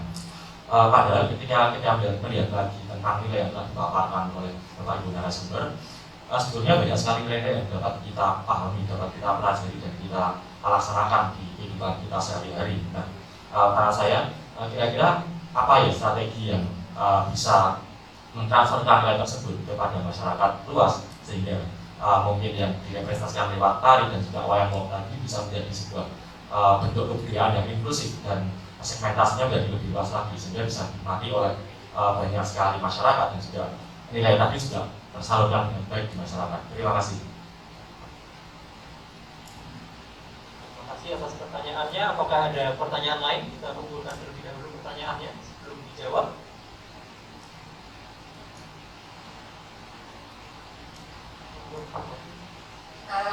Baik, terima kasih Bapak Ibu narasumber yang saya hormati.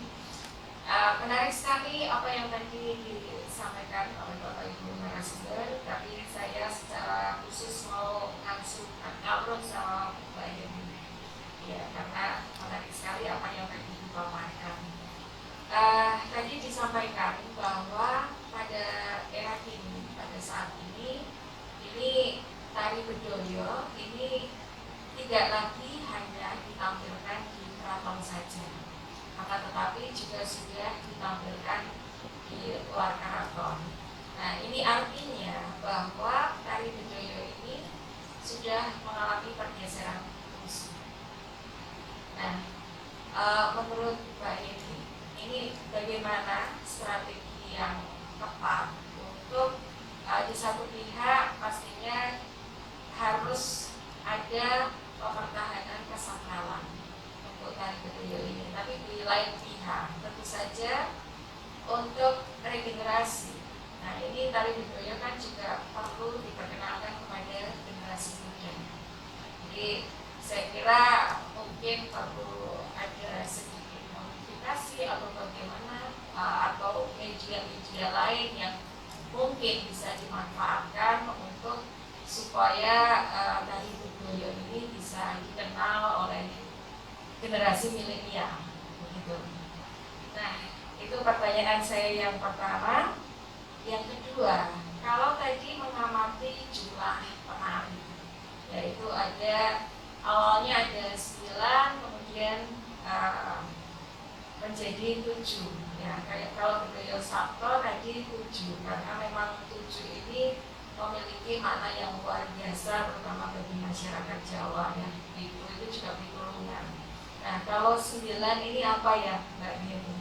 Kira-kira kok pada awalnya justru yang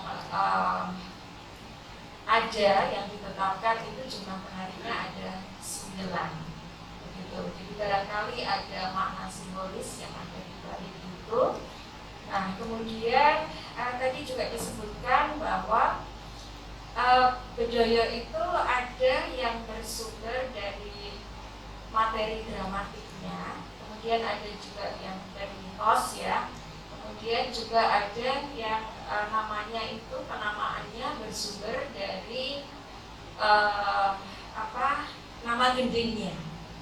Nah, ini apakah perbedaan sumber ini akan menghasilkan style atau gaya yang berbeda? Nah, ketika menjadi produksi final dari sebuah tarian bedoyo seperti itu. Nah, kemudian kalau kostum Mbak Yeni, kostumnya apakah ada pakem-pakem tertentu yang memang harus dipatuhi ya dalam tarian bedoyo ini? Karena tadi saya melihat ada beberapa jenis kostum yang ditampilkan. Ya, apakah ada hal-hal tertentu yang memang itu wajib untuk dipatuhi dalam sebuah pergelaran tari bedoyo? Saya kira itu saja dari saya. Nanti untuk Om Momo dan Pak Sis nanti di belakang layar saja ya, karena sering ketemu. Ya, baik. Terima kasih. Assalamualaikum warahmatullahi wabarakatuh. Baik, untuk saat ini kita batasi pada dua penanya tersebut. Silakan Pomo Pak Sus boleh untuk menjawab pertanyaan yang sudah dilontarkan dari audiens kita.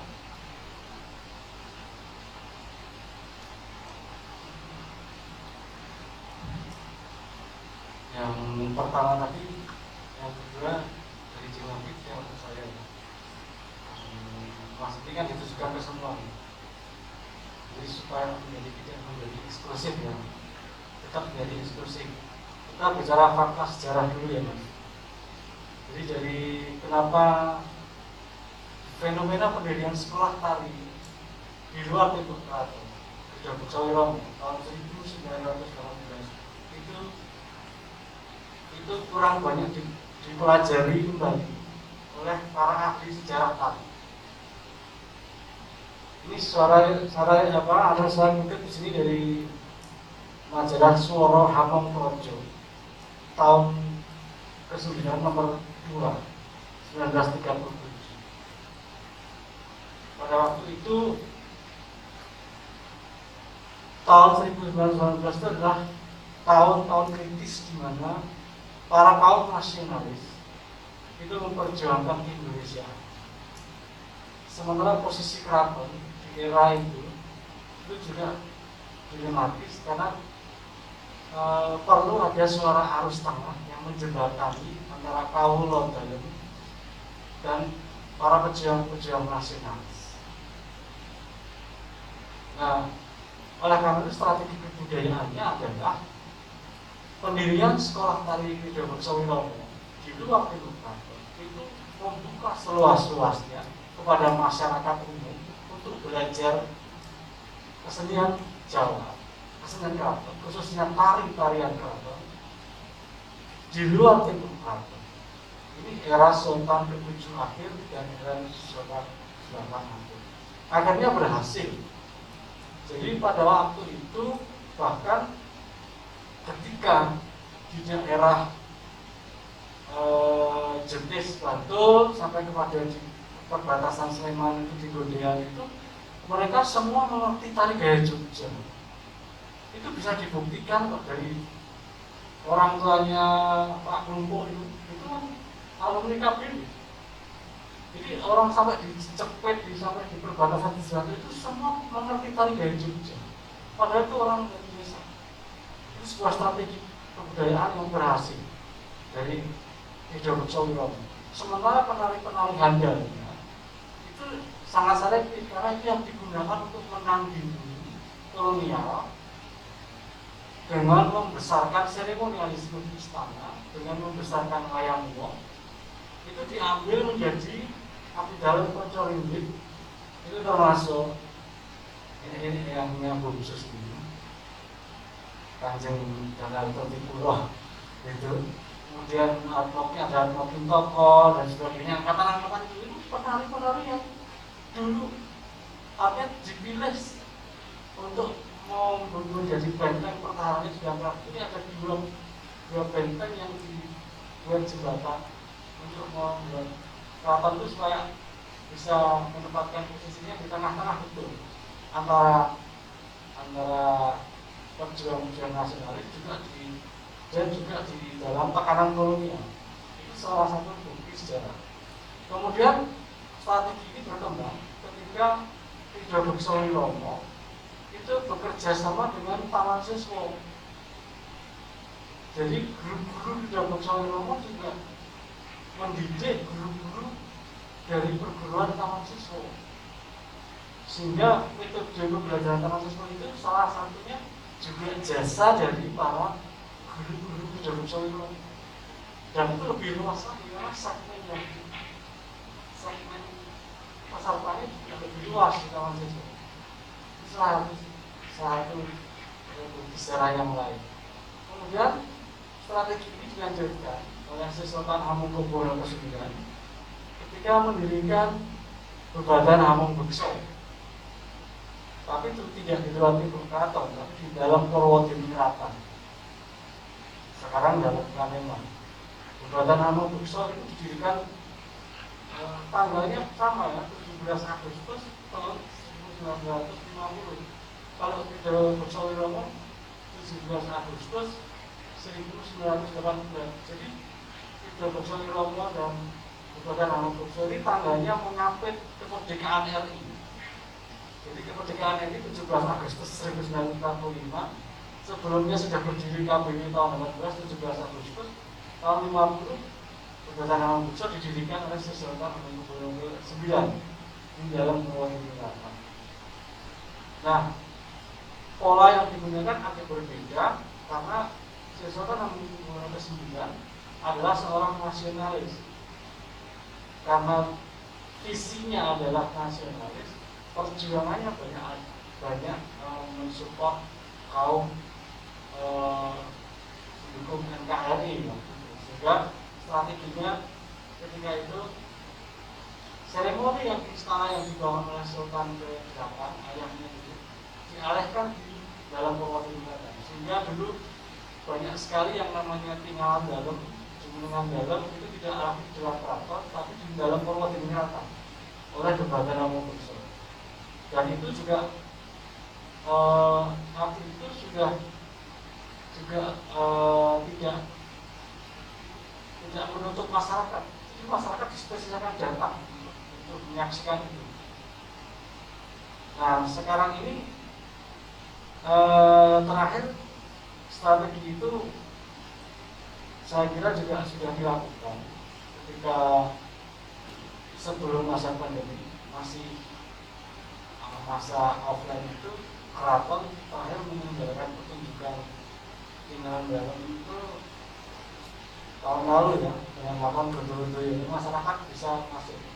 Tapi jauh yang lebih penting adalah strategi yang ini, strategi membangun relasi dengan kelompok-kelompok yang dulu menjadi penerusnya KBRI dan Badan Hamengkubuwono. Ini jauh lebih penting. Karena saya yakin ini juga menjadi pemikirannya Pak Sus mudah-mudahan, karena ada tanda-tanda kelompok-kelompok seperti Yayasan Mas Wito Dipuro, Yayasan Simal Bekso, ini mengalami sedikit kesulitan sekarang ini karena ada sebuah monopoli yang kuat dari keraton ketika mengoperasi semua kegiatannya di dalam istana. Ini adalah satu yang tidak sehat sebenarnya ketika nanti dikhawatirkan sanggar-sanggar itu yang dulunya di masa KBRI di eranya Badan Hamengkubuwono justru menjadi pensupport utama, tapi dengan strategi yang khusus. Tapi di masa sekarang ini strateginya kayaknya belum ada dan perlu ditemukan cara. Karena mereka ini yang bisa berhubungan langsung dengan masyarakat luas dan segmennya sebenarnya bisa lebih luas.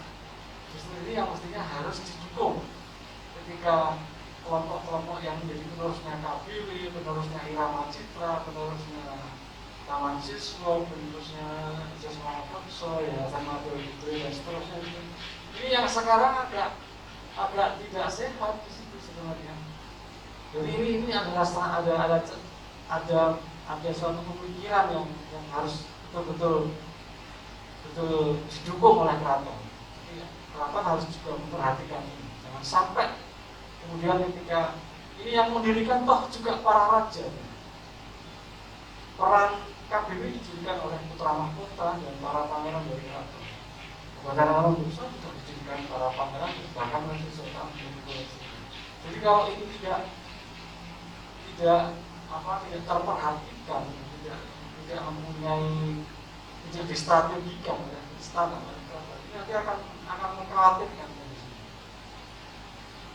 Jadi itu kira-kira ya. Jadi saya kira yang eksklusif tidak perlu dikhawatirkan, karena yang inklusif istilahnya sudah cukup kuat dan justru itu akan membangun kebesaran yang di dalam keraton.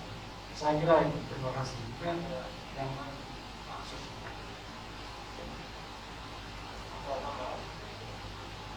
Baik, menambahkan sedikit aja. Jadi kalau saya tadi tayangkan Bapak Kami itu punya kegiatan eksternal pengabdian masyarakat di Pakem Binangun, sebenarnya adalah bentuk dari salah satu strategi bagaimana nilai-nilai itu bisa tersampaikan kepada masyarakat. Dalam hal ini adalah anak-anak yang usia kecil itu. Nah ini saya kira kegiatan Swadaya itu sangat strategis sekali dalam rangka bagaimana membumikan dan memupuk lagi nilai-nilai dan yang ada di dalam kesenian Jawa itu. Nah, PR-nya adalah bagaimana itu nanti bisa direplikasi di tempat lain sehingga tadi yang dilakukan oleh Dr. Soliromo itu bisa ditiru oleh Swadaya dengan bentuk yang lain, karena kan sekali lagi Swadaya bukan sanggar, tetapi tempatnya para pemikir, para akademisi yang peduli dengan budaya dan Jogja. Nah itu jadi poin penting, saya kira poin penting. PR-nya berikutnya adalah bagaimana adik-adik mengetahui nilai-nilai itu, belajar tentang itu, bukan hanya sekedar aku kemudian joget itu bukan, tapi ada nilai-nilai lain yang harus adik-adik dapatkan, Swadaya dapatkan dengan berkumpul di Swadaya. Kemudian bagaimana itu mengabdikan, ini saya kira sesuai dengan jati diri beliau sebagai universitas kerakyatan itu. Dan sekali lagi kalau kita bisa masuk ke pendidikan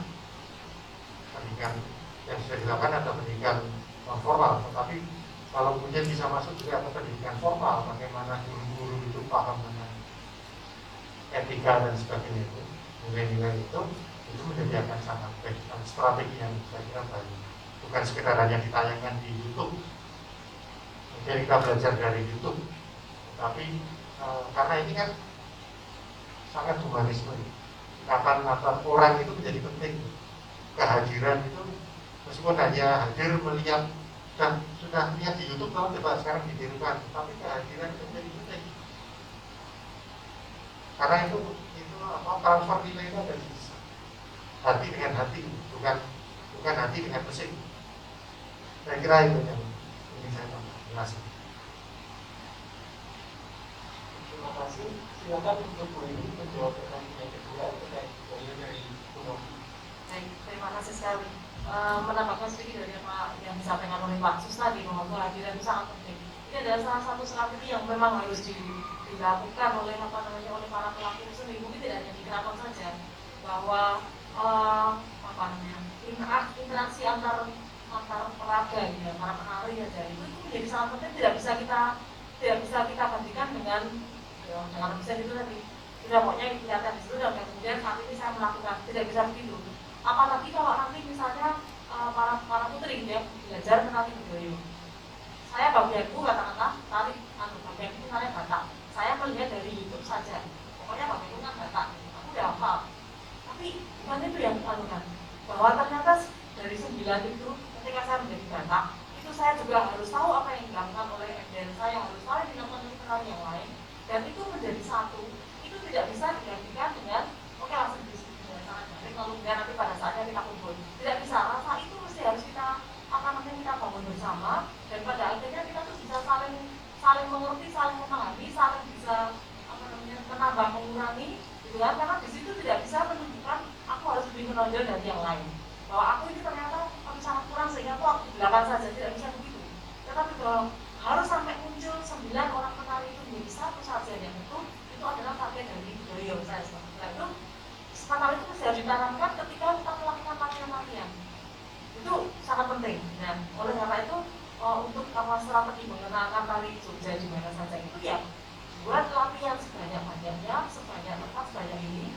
Itu tidak sekedar hanya untuk melatih fisiknya saja, melatih pokoknya ragam gerak ini, kalian tahu ragam gerak ini bukan ininya, tapi tanamkan juga bahwa di situ ada unsur disiplin, di situ ada unsur menghargai orang lain, di situ ada unsur menolong orang lain, di situ ada unsur menerima orang lain. Itu harus ditanamkan pada saat latihan semacam itu.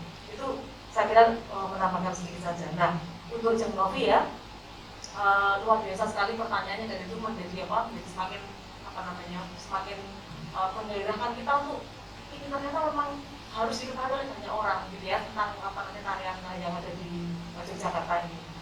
Yang pertama tentang bagaimana dengan tari bedoyo yang dipamerkan di luar keraton, di dalam keraton, dan kemudian ada pergeseran fungsi seperti itu. Satu sisi itu bagi saya itu adalah sesuatu hal yang sangat positif, bahwa pada akhirnya tarian ini bisa dikenal, dinikmati, dan dilakukan di mana saja. Nah, dari satu sisi itu sangat positif, dan sebenarnya kalau kita pandang ini adalah pergeseran, mungkin sebenarnya tidak sungguh-sungguh bergeser, tetapi ini adalah sebuah pengayaan fungsi.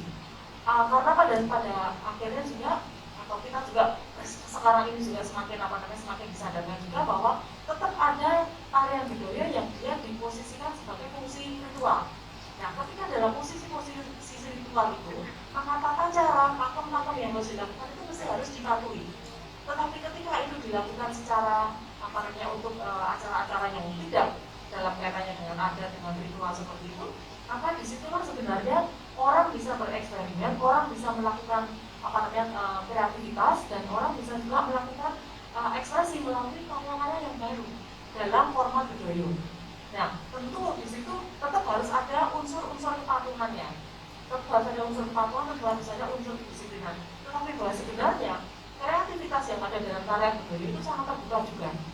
Saya melihat bahwa dari yang tua sama yang muda itu ternyata meskipun sebenarnya pola geraknya itu sama, tetapi bagaimana itu disusun, bagaimana itu lalu kemudian dibangun untuk bisa menyampaikan satu cerita tertentu, itu ada dibutuhkan satu kreativitas yang sangat tinggi. Bagaimana lalu kemudian membuat satu rangkaian tembang yang itu lalu kemudian sangat match dengan ceritanya, itu satu kreativitas tersendiri.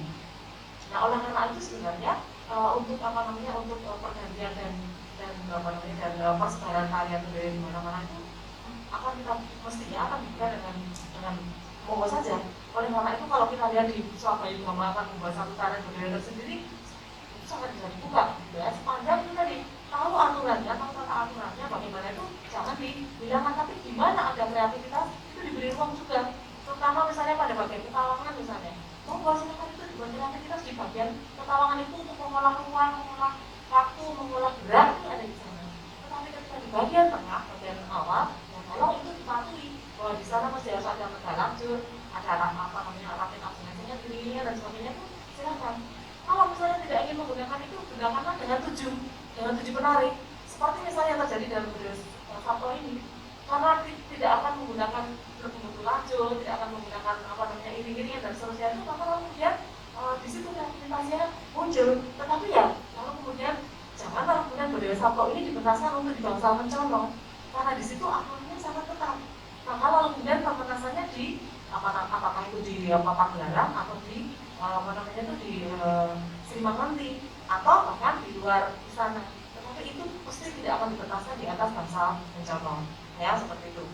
Nah, lalu kemudian termasuk juga dengan tata aturan busananya. Begitu tarian bedoyo itu diposisikan sebagai satu ritual di atas bangsa mencolok, maka busananya harus kampukan dan dengan paes agung.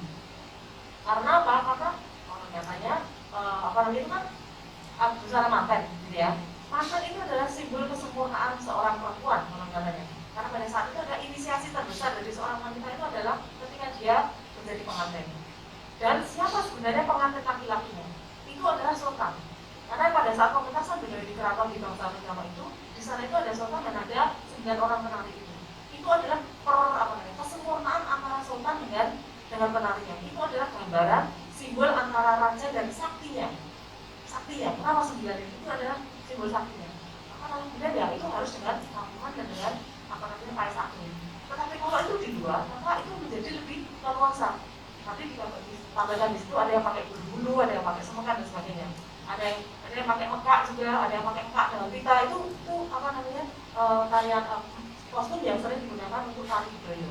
Tetapi yang seperti itu belum pernah ditampilkan di atas bangsa mencolok.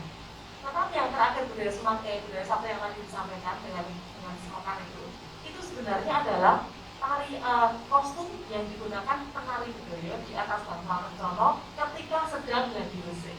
Jadi itu adalah sebenarnya kostum gladi resik tari bedoyo ketika dia akan khas di bangsa mencolok. Ya, itu seperti itu. Sangat beragam. Nah, lalu kemudian tentang nilai 9, mengapa bedoyo itu 9? Nah, sekali lagi karena itu adalah simbol spiritual sebenarnya. 9 itu adalah angka tertinggi kan, angka terbanyak kan. Di dia adalah mata terbanyak, dia adalah nilai terbesar, dia adalah apa namanya simbol dari 9 tata surya. Itu adalah 9, gitu kan? Nah, mengapa itu 9? Karena sebenarnya pada saat itu dia di atas bangsa itu sebenarnya kan simbol di mana seorang raja itu menguasai alam semesta.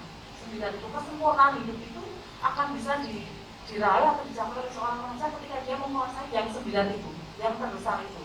Mikrokosmosnya, makrokosmosnya dengan alam semesta itu adalah nilai 9. Maka lalu kemudian yang dibangun orang kenapa bukan yang 6 yang meskipun itu sebenarnya sakral, ya tidak, karena itu masih ada nilai yang lebih tinggi 9. Lalu kemudian juga ini kan digambarkan sebagai 9 lubang yang ada di dalam tubuh manusia, karena katanya dengan 2 mata, 2 hidung dan sebagainya, 2 mata, 2 lubang hidung dan sebagainya. Nah, ini juga begitu.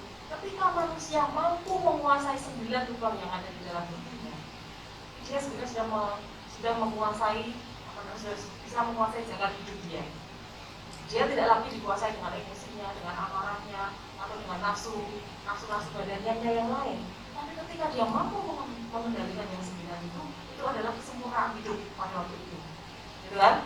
Maka kalau kemudian orang bertanya itu selalu dikatakan tutupi babahan bawa songo, menutup 9 lubang, menutup seluruh nafsu yang ada di dalam tubuh manusia. Itu nilai 9-nya semacam itu. Oke. Lalu kemudian yang lain tentang bagaimana nama diambil dari gending, diambil dari sumber materi gramatiknya dan yang lain. Hasilnya karena ada satu kepatuhan yang harus diikuti, maka dia akan memiliki tipologi yang sama. Kalau budaya itu akan memiliki ciri karakteristik yang sama. Apakah itu dengan nanti diambil dari nama gendingnya, atau diambil dari nama seliterannya, atau diambil dari apanya, sepanjang dia memiliki kepatuhan 3 macam tadi, struktur geraknya semacam itu, lalu pola gendengnya semacam itu, pola iramanya seperti itu, maka dia masih akan tetap memiliki ciri karakteristik yang sama. Nah, tetapi apabila itu akan bukannya berubah, maka dia akan memiliki ciri karakteristik yang berbeda. Seperti contohnya misalnya budaya Sabto ini. Sebenarnya budaya Sabto itu dari satu sisi piringan, itu dia masih mengikuti pola lampah budaya. Tetapi dari sisi yang lain, bagaimana simbol-simbol spiritualitas yang dimunculkan di awal bagian itu sebenarnya sudah tidak dipatuhi lagi dalam budaya Sabto itu. Karena sejak di bagian awal dia itu sudah menggunakan atau sudah menggelar seliterannya, gitu kan? Cerita bagian awal itu cerita ketika masih ada di Jogja, gitu ya. Ketika Sultan Agung dia akan memutus apinya itu. Bagian yang kedua, bagian Ketawang yang kalau itu di dalam budaya pada umumnya itu menggelar seliterannya, itu diceritakan dalam budaya Sabto itu adalah gambaran tentang bagaimana setelah terjadi perjalanan di Sunda itu, di tanah Pasundan itu, dan peristiwa yang terjadi di Pasundan itu digambarkan dengan semacam itu. Nah, lalu kemudian juga ketidakpatuhan yang lain adalah bagaimana banyaknya pola-pola gerak, pola-pola gerak pilar yang itu terus berjajar-jajar dalam tari budaya Sabto, sehingga tarian ini memiliki ciri karakteristik atau memiliki karakter gerak yang lebih dinamis dibandingkan dengan tarian budaya yang lain. Tetapi sepanjang dia masih ada pola yang dipatuhi, maka produknya itu masih, oh ya, ini adalah tari budaya. Berbeda dengan misalnya kalau tiba-tiba kita menggunakan tembang, penarinya tembang misalnya, itu sudah tidak dalam konteksnya dengan tari budaya misalnya, atau di situ misalnya digambarkan dengan gerak-gerak naratif yang tidak dalam motif-motif tertentu, nah itu tentu menjadi sangat berbeda jadi karakteristik. Saya kira begitu tentang kostum sudah. Itu yang mungkin yang bisa saya sampaikan. Terima kasih atas pertanyaannya, menarik sekali. Saya kembalikan. Terima kasih kepada para penanya atas pertanyaannya dan juga seluruh narasumber karena telah menjawab pertanyaan tersebut. Maka dari diskusi pada hari ini kita dapat memahami bahwa sesungguhnya tari klasik dari Yogyakarta itu jelas syarat akan ajaran-ajaran moral yang tidak hanya berlaku di lingkungan keraton, tetapi juga bisa kita terapkan dalam kehidupan sehari-hari yang harus kita rasakan supaya bisa dapat kita laksanakan dalam kehidupan sehari-hari. Dan juga nilai-nilai tersebut tentu terdapat dalam simbol-simbol yang tidak bisa sembarangan dimodifikasi, karena syarat sekali simbol yang tersirat yang terdapat baik dalam entah pola lantai atau dalam adegan-adegannya, jejeran, bahkan kostum juga. Dan juga tari gaya Yogyakarta ini yang dalam kemasan klasik itu ketika kita mau mempelajari itu tidak kuno, itu sama sekali tidak kuno karena masih banyak nilai yang dapat kita internalisasi seperti sawiji grebek sembuh orang umum, lalu juga seperti yang telah dikatakan oleh Bu Eni tadi ketika menari dalam sebuah budaya itu tidak hanya sebagai seorang individu namun juga harus menerima orang lain, harus ngomong. Itu nilai-nilai yang tentunya dapat kita rasakan juga dan terapkan dalam kehidupan sehari-hari. Dan semoga teman-teman dan para hadirin sekalian berkenan untuk terus berpartisipasi dalam rangkaian pagelaran Akbar Agama ini dalam bagian kedua di bulan depan, yaitu pementasan Bedoyo Sabto, Saling Sumekar dan juga Wayang Wong Sukipu Leno secara daring. Baik, kita tiba pada penghujung sesi seminar ini. Saya berterima kasih kepada ketiga pembicara kita, Ibu Reni, Tomomo dan juga Pak Sus yang telah berkenan untuk memberi kita pelajaran, biarpun sedikit, tapi tentunya dapat kita cari lagi dalam waktu kita sendiri, dan juga kepada peserta yang telah aktif menyimak dan memberi pertanyaan kepada ketiga pembicara kita ini. Saya selaku moderator pamit undur diri dan mohon maaf sekali jika ada kesalahan yang saya buat ketika memandu sesi diskusi acara. Saya kembalikan kepada MC. Terima kasih. Baik, sekarang untuk talkshow pada hari ini, terima kasih kepada Saudara Matesral telah memimpin dan memandu acara talkshow pada hari ini sehingga dapat berjalan dengan lancar. Diskusi yang sangat menarik telah kita simak, kita telah mengetahui dan menambah wawasan baru terkait tari klasik gaya Yogyakarta, kemudian perkembangan wayang wong di Jogja, dan tentunya tentang naskah Sukipu Leno yang telah disampaikan oleh Bapak Sus. Baik, akhirnya kita telah tiba di penghujung acara pada hari ini. Terima kasih kami ucapkan kepada para tamu yang sudah hadir, kepada para pembicara yang sudah berkenan untuk menyampaikan materi dengan sangat jelas, dan terima kasih juga kepada peserta yang telah mengikuti acara dari pagi tadi hingga siang hari ini. Jangan lupa untuk terus mengikuti informasi terkait pagelaran Akbar Swagayugama 2020 di akun Instagram kami UKM Swagayugama. Kemudian bisa menonton siaran langsung di YouTube kami juga UKM Swagayugama atau Humas UGM. Saya mewakili teman-teman panitia yang ada di sini mengucapkan terima kasih dan mohon maaf atas kesalahan baik kata maupun perbuatan yang telah kami perbuat selama acara tadi. Akhir kata, terima kasih dan sampai jumpa di pagelaran Akbar Swagayugama 2020. Wassalamualaikum warahmatullahi wabarakatuh.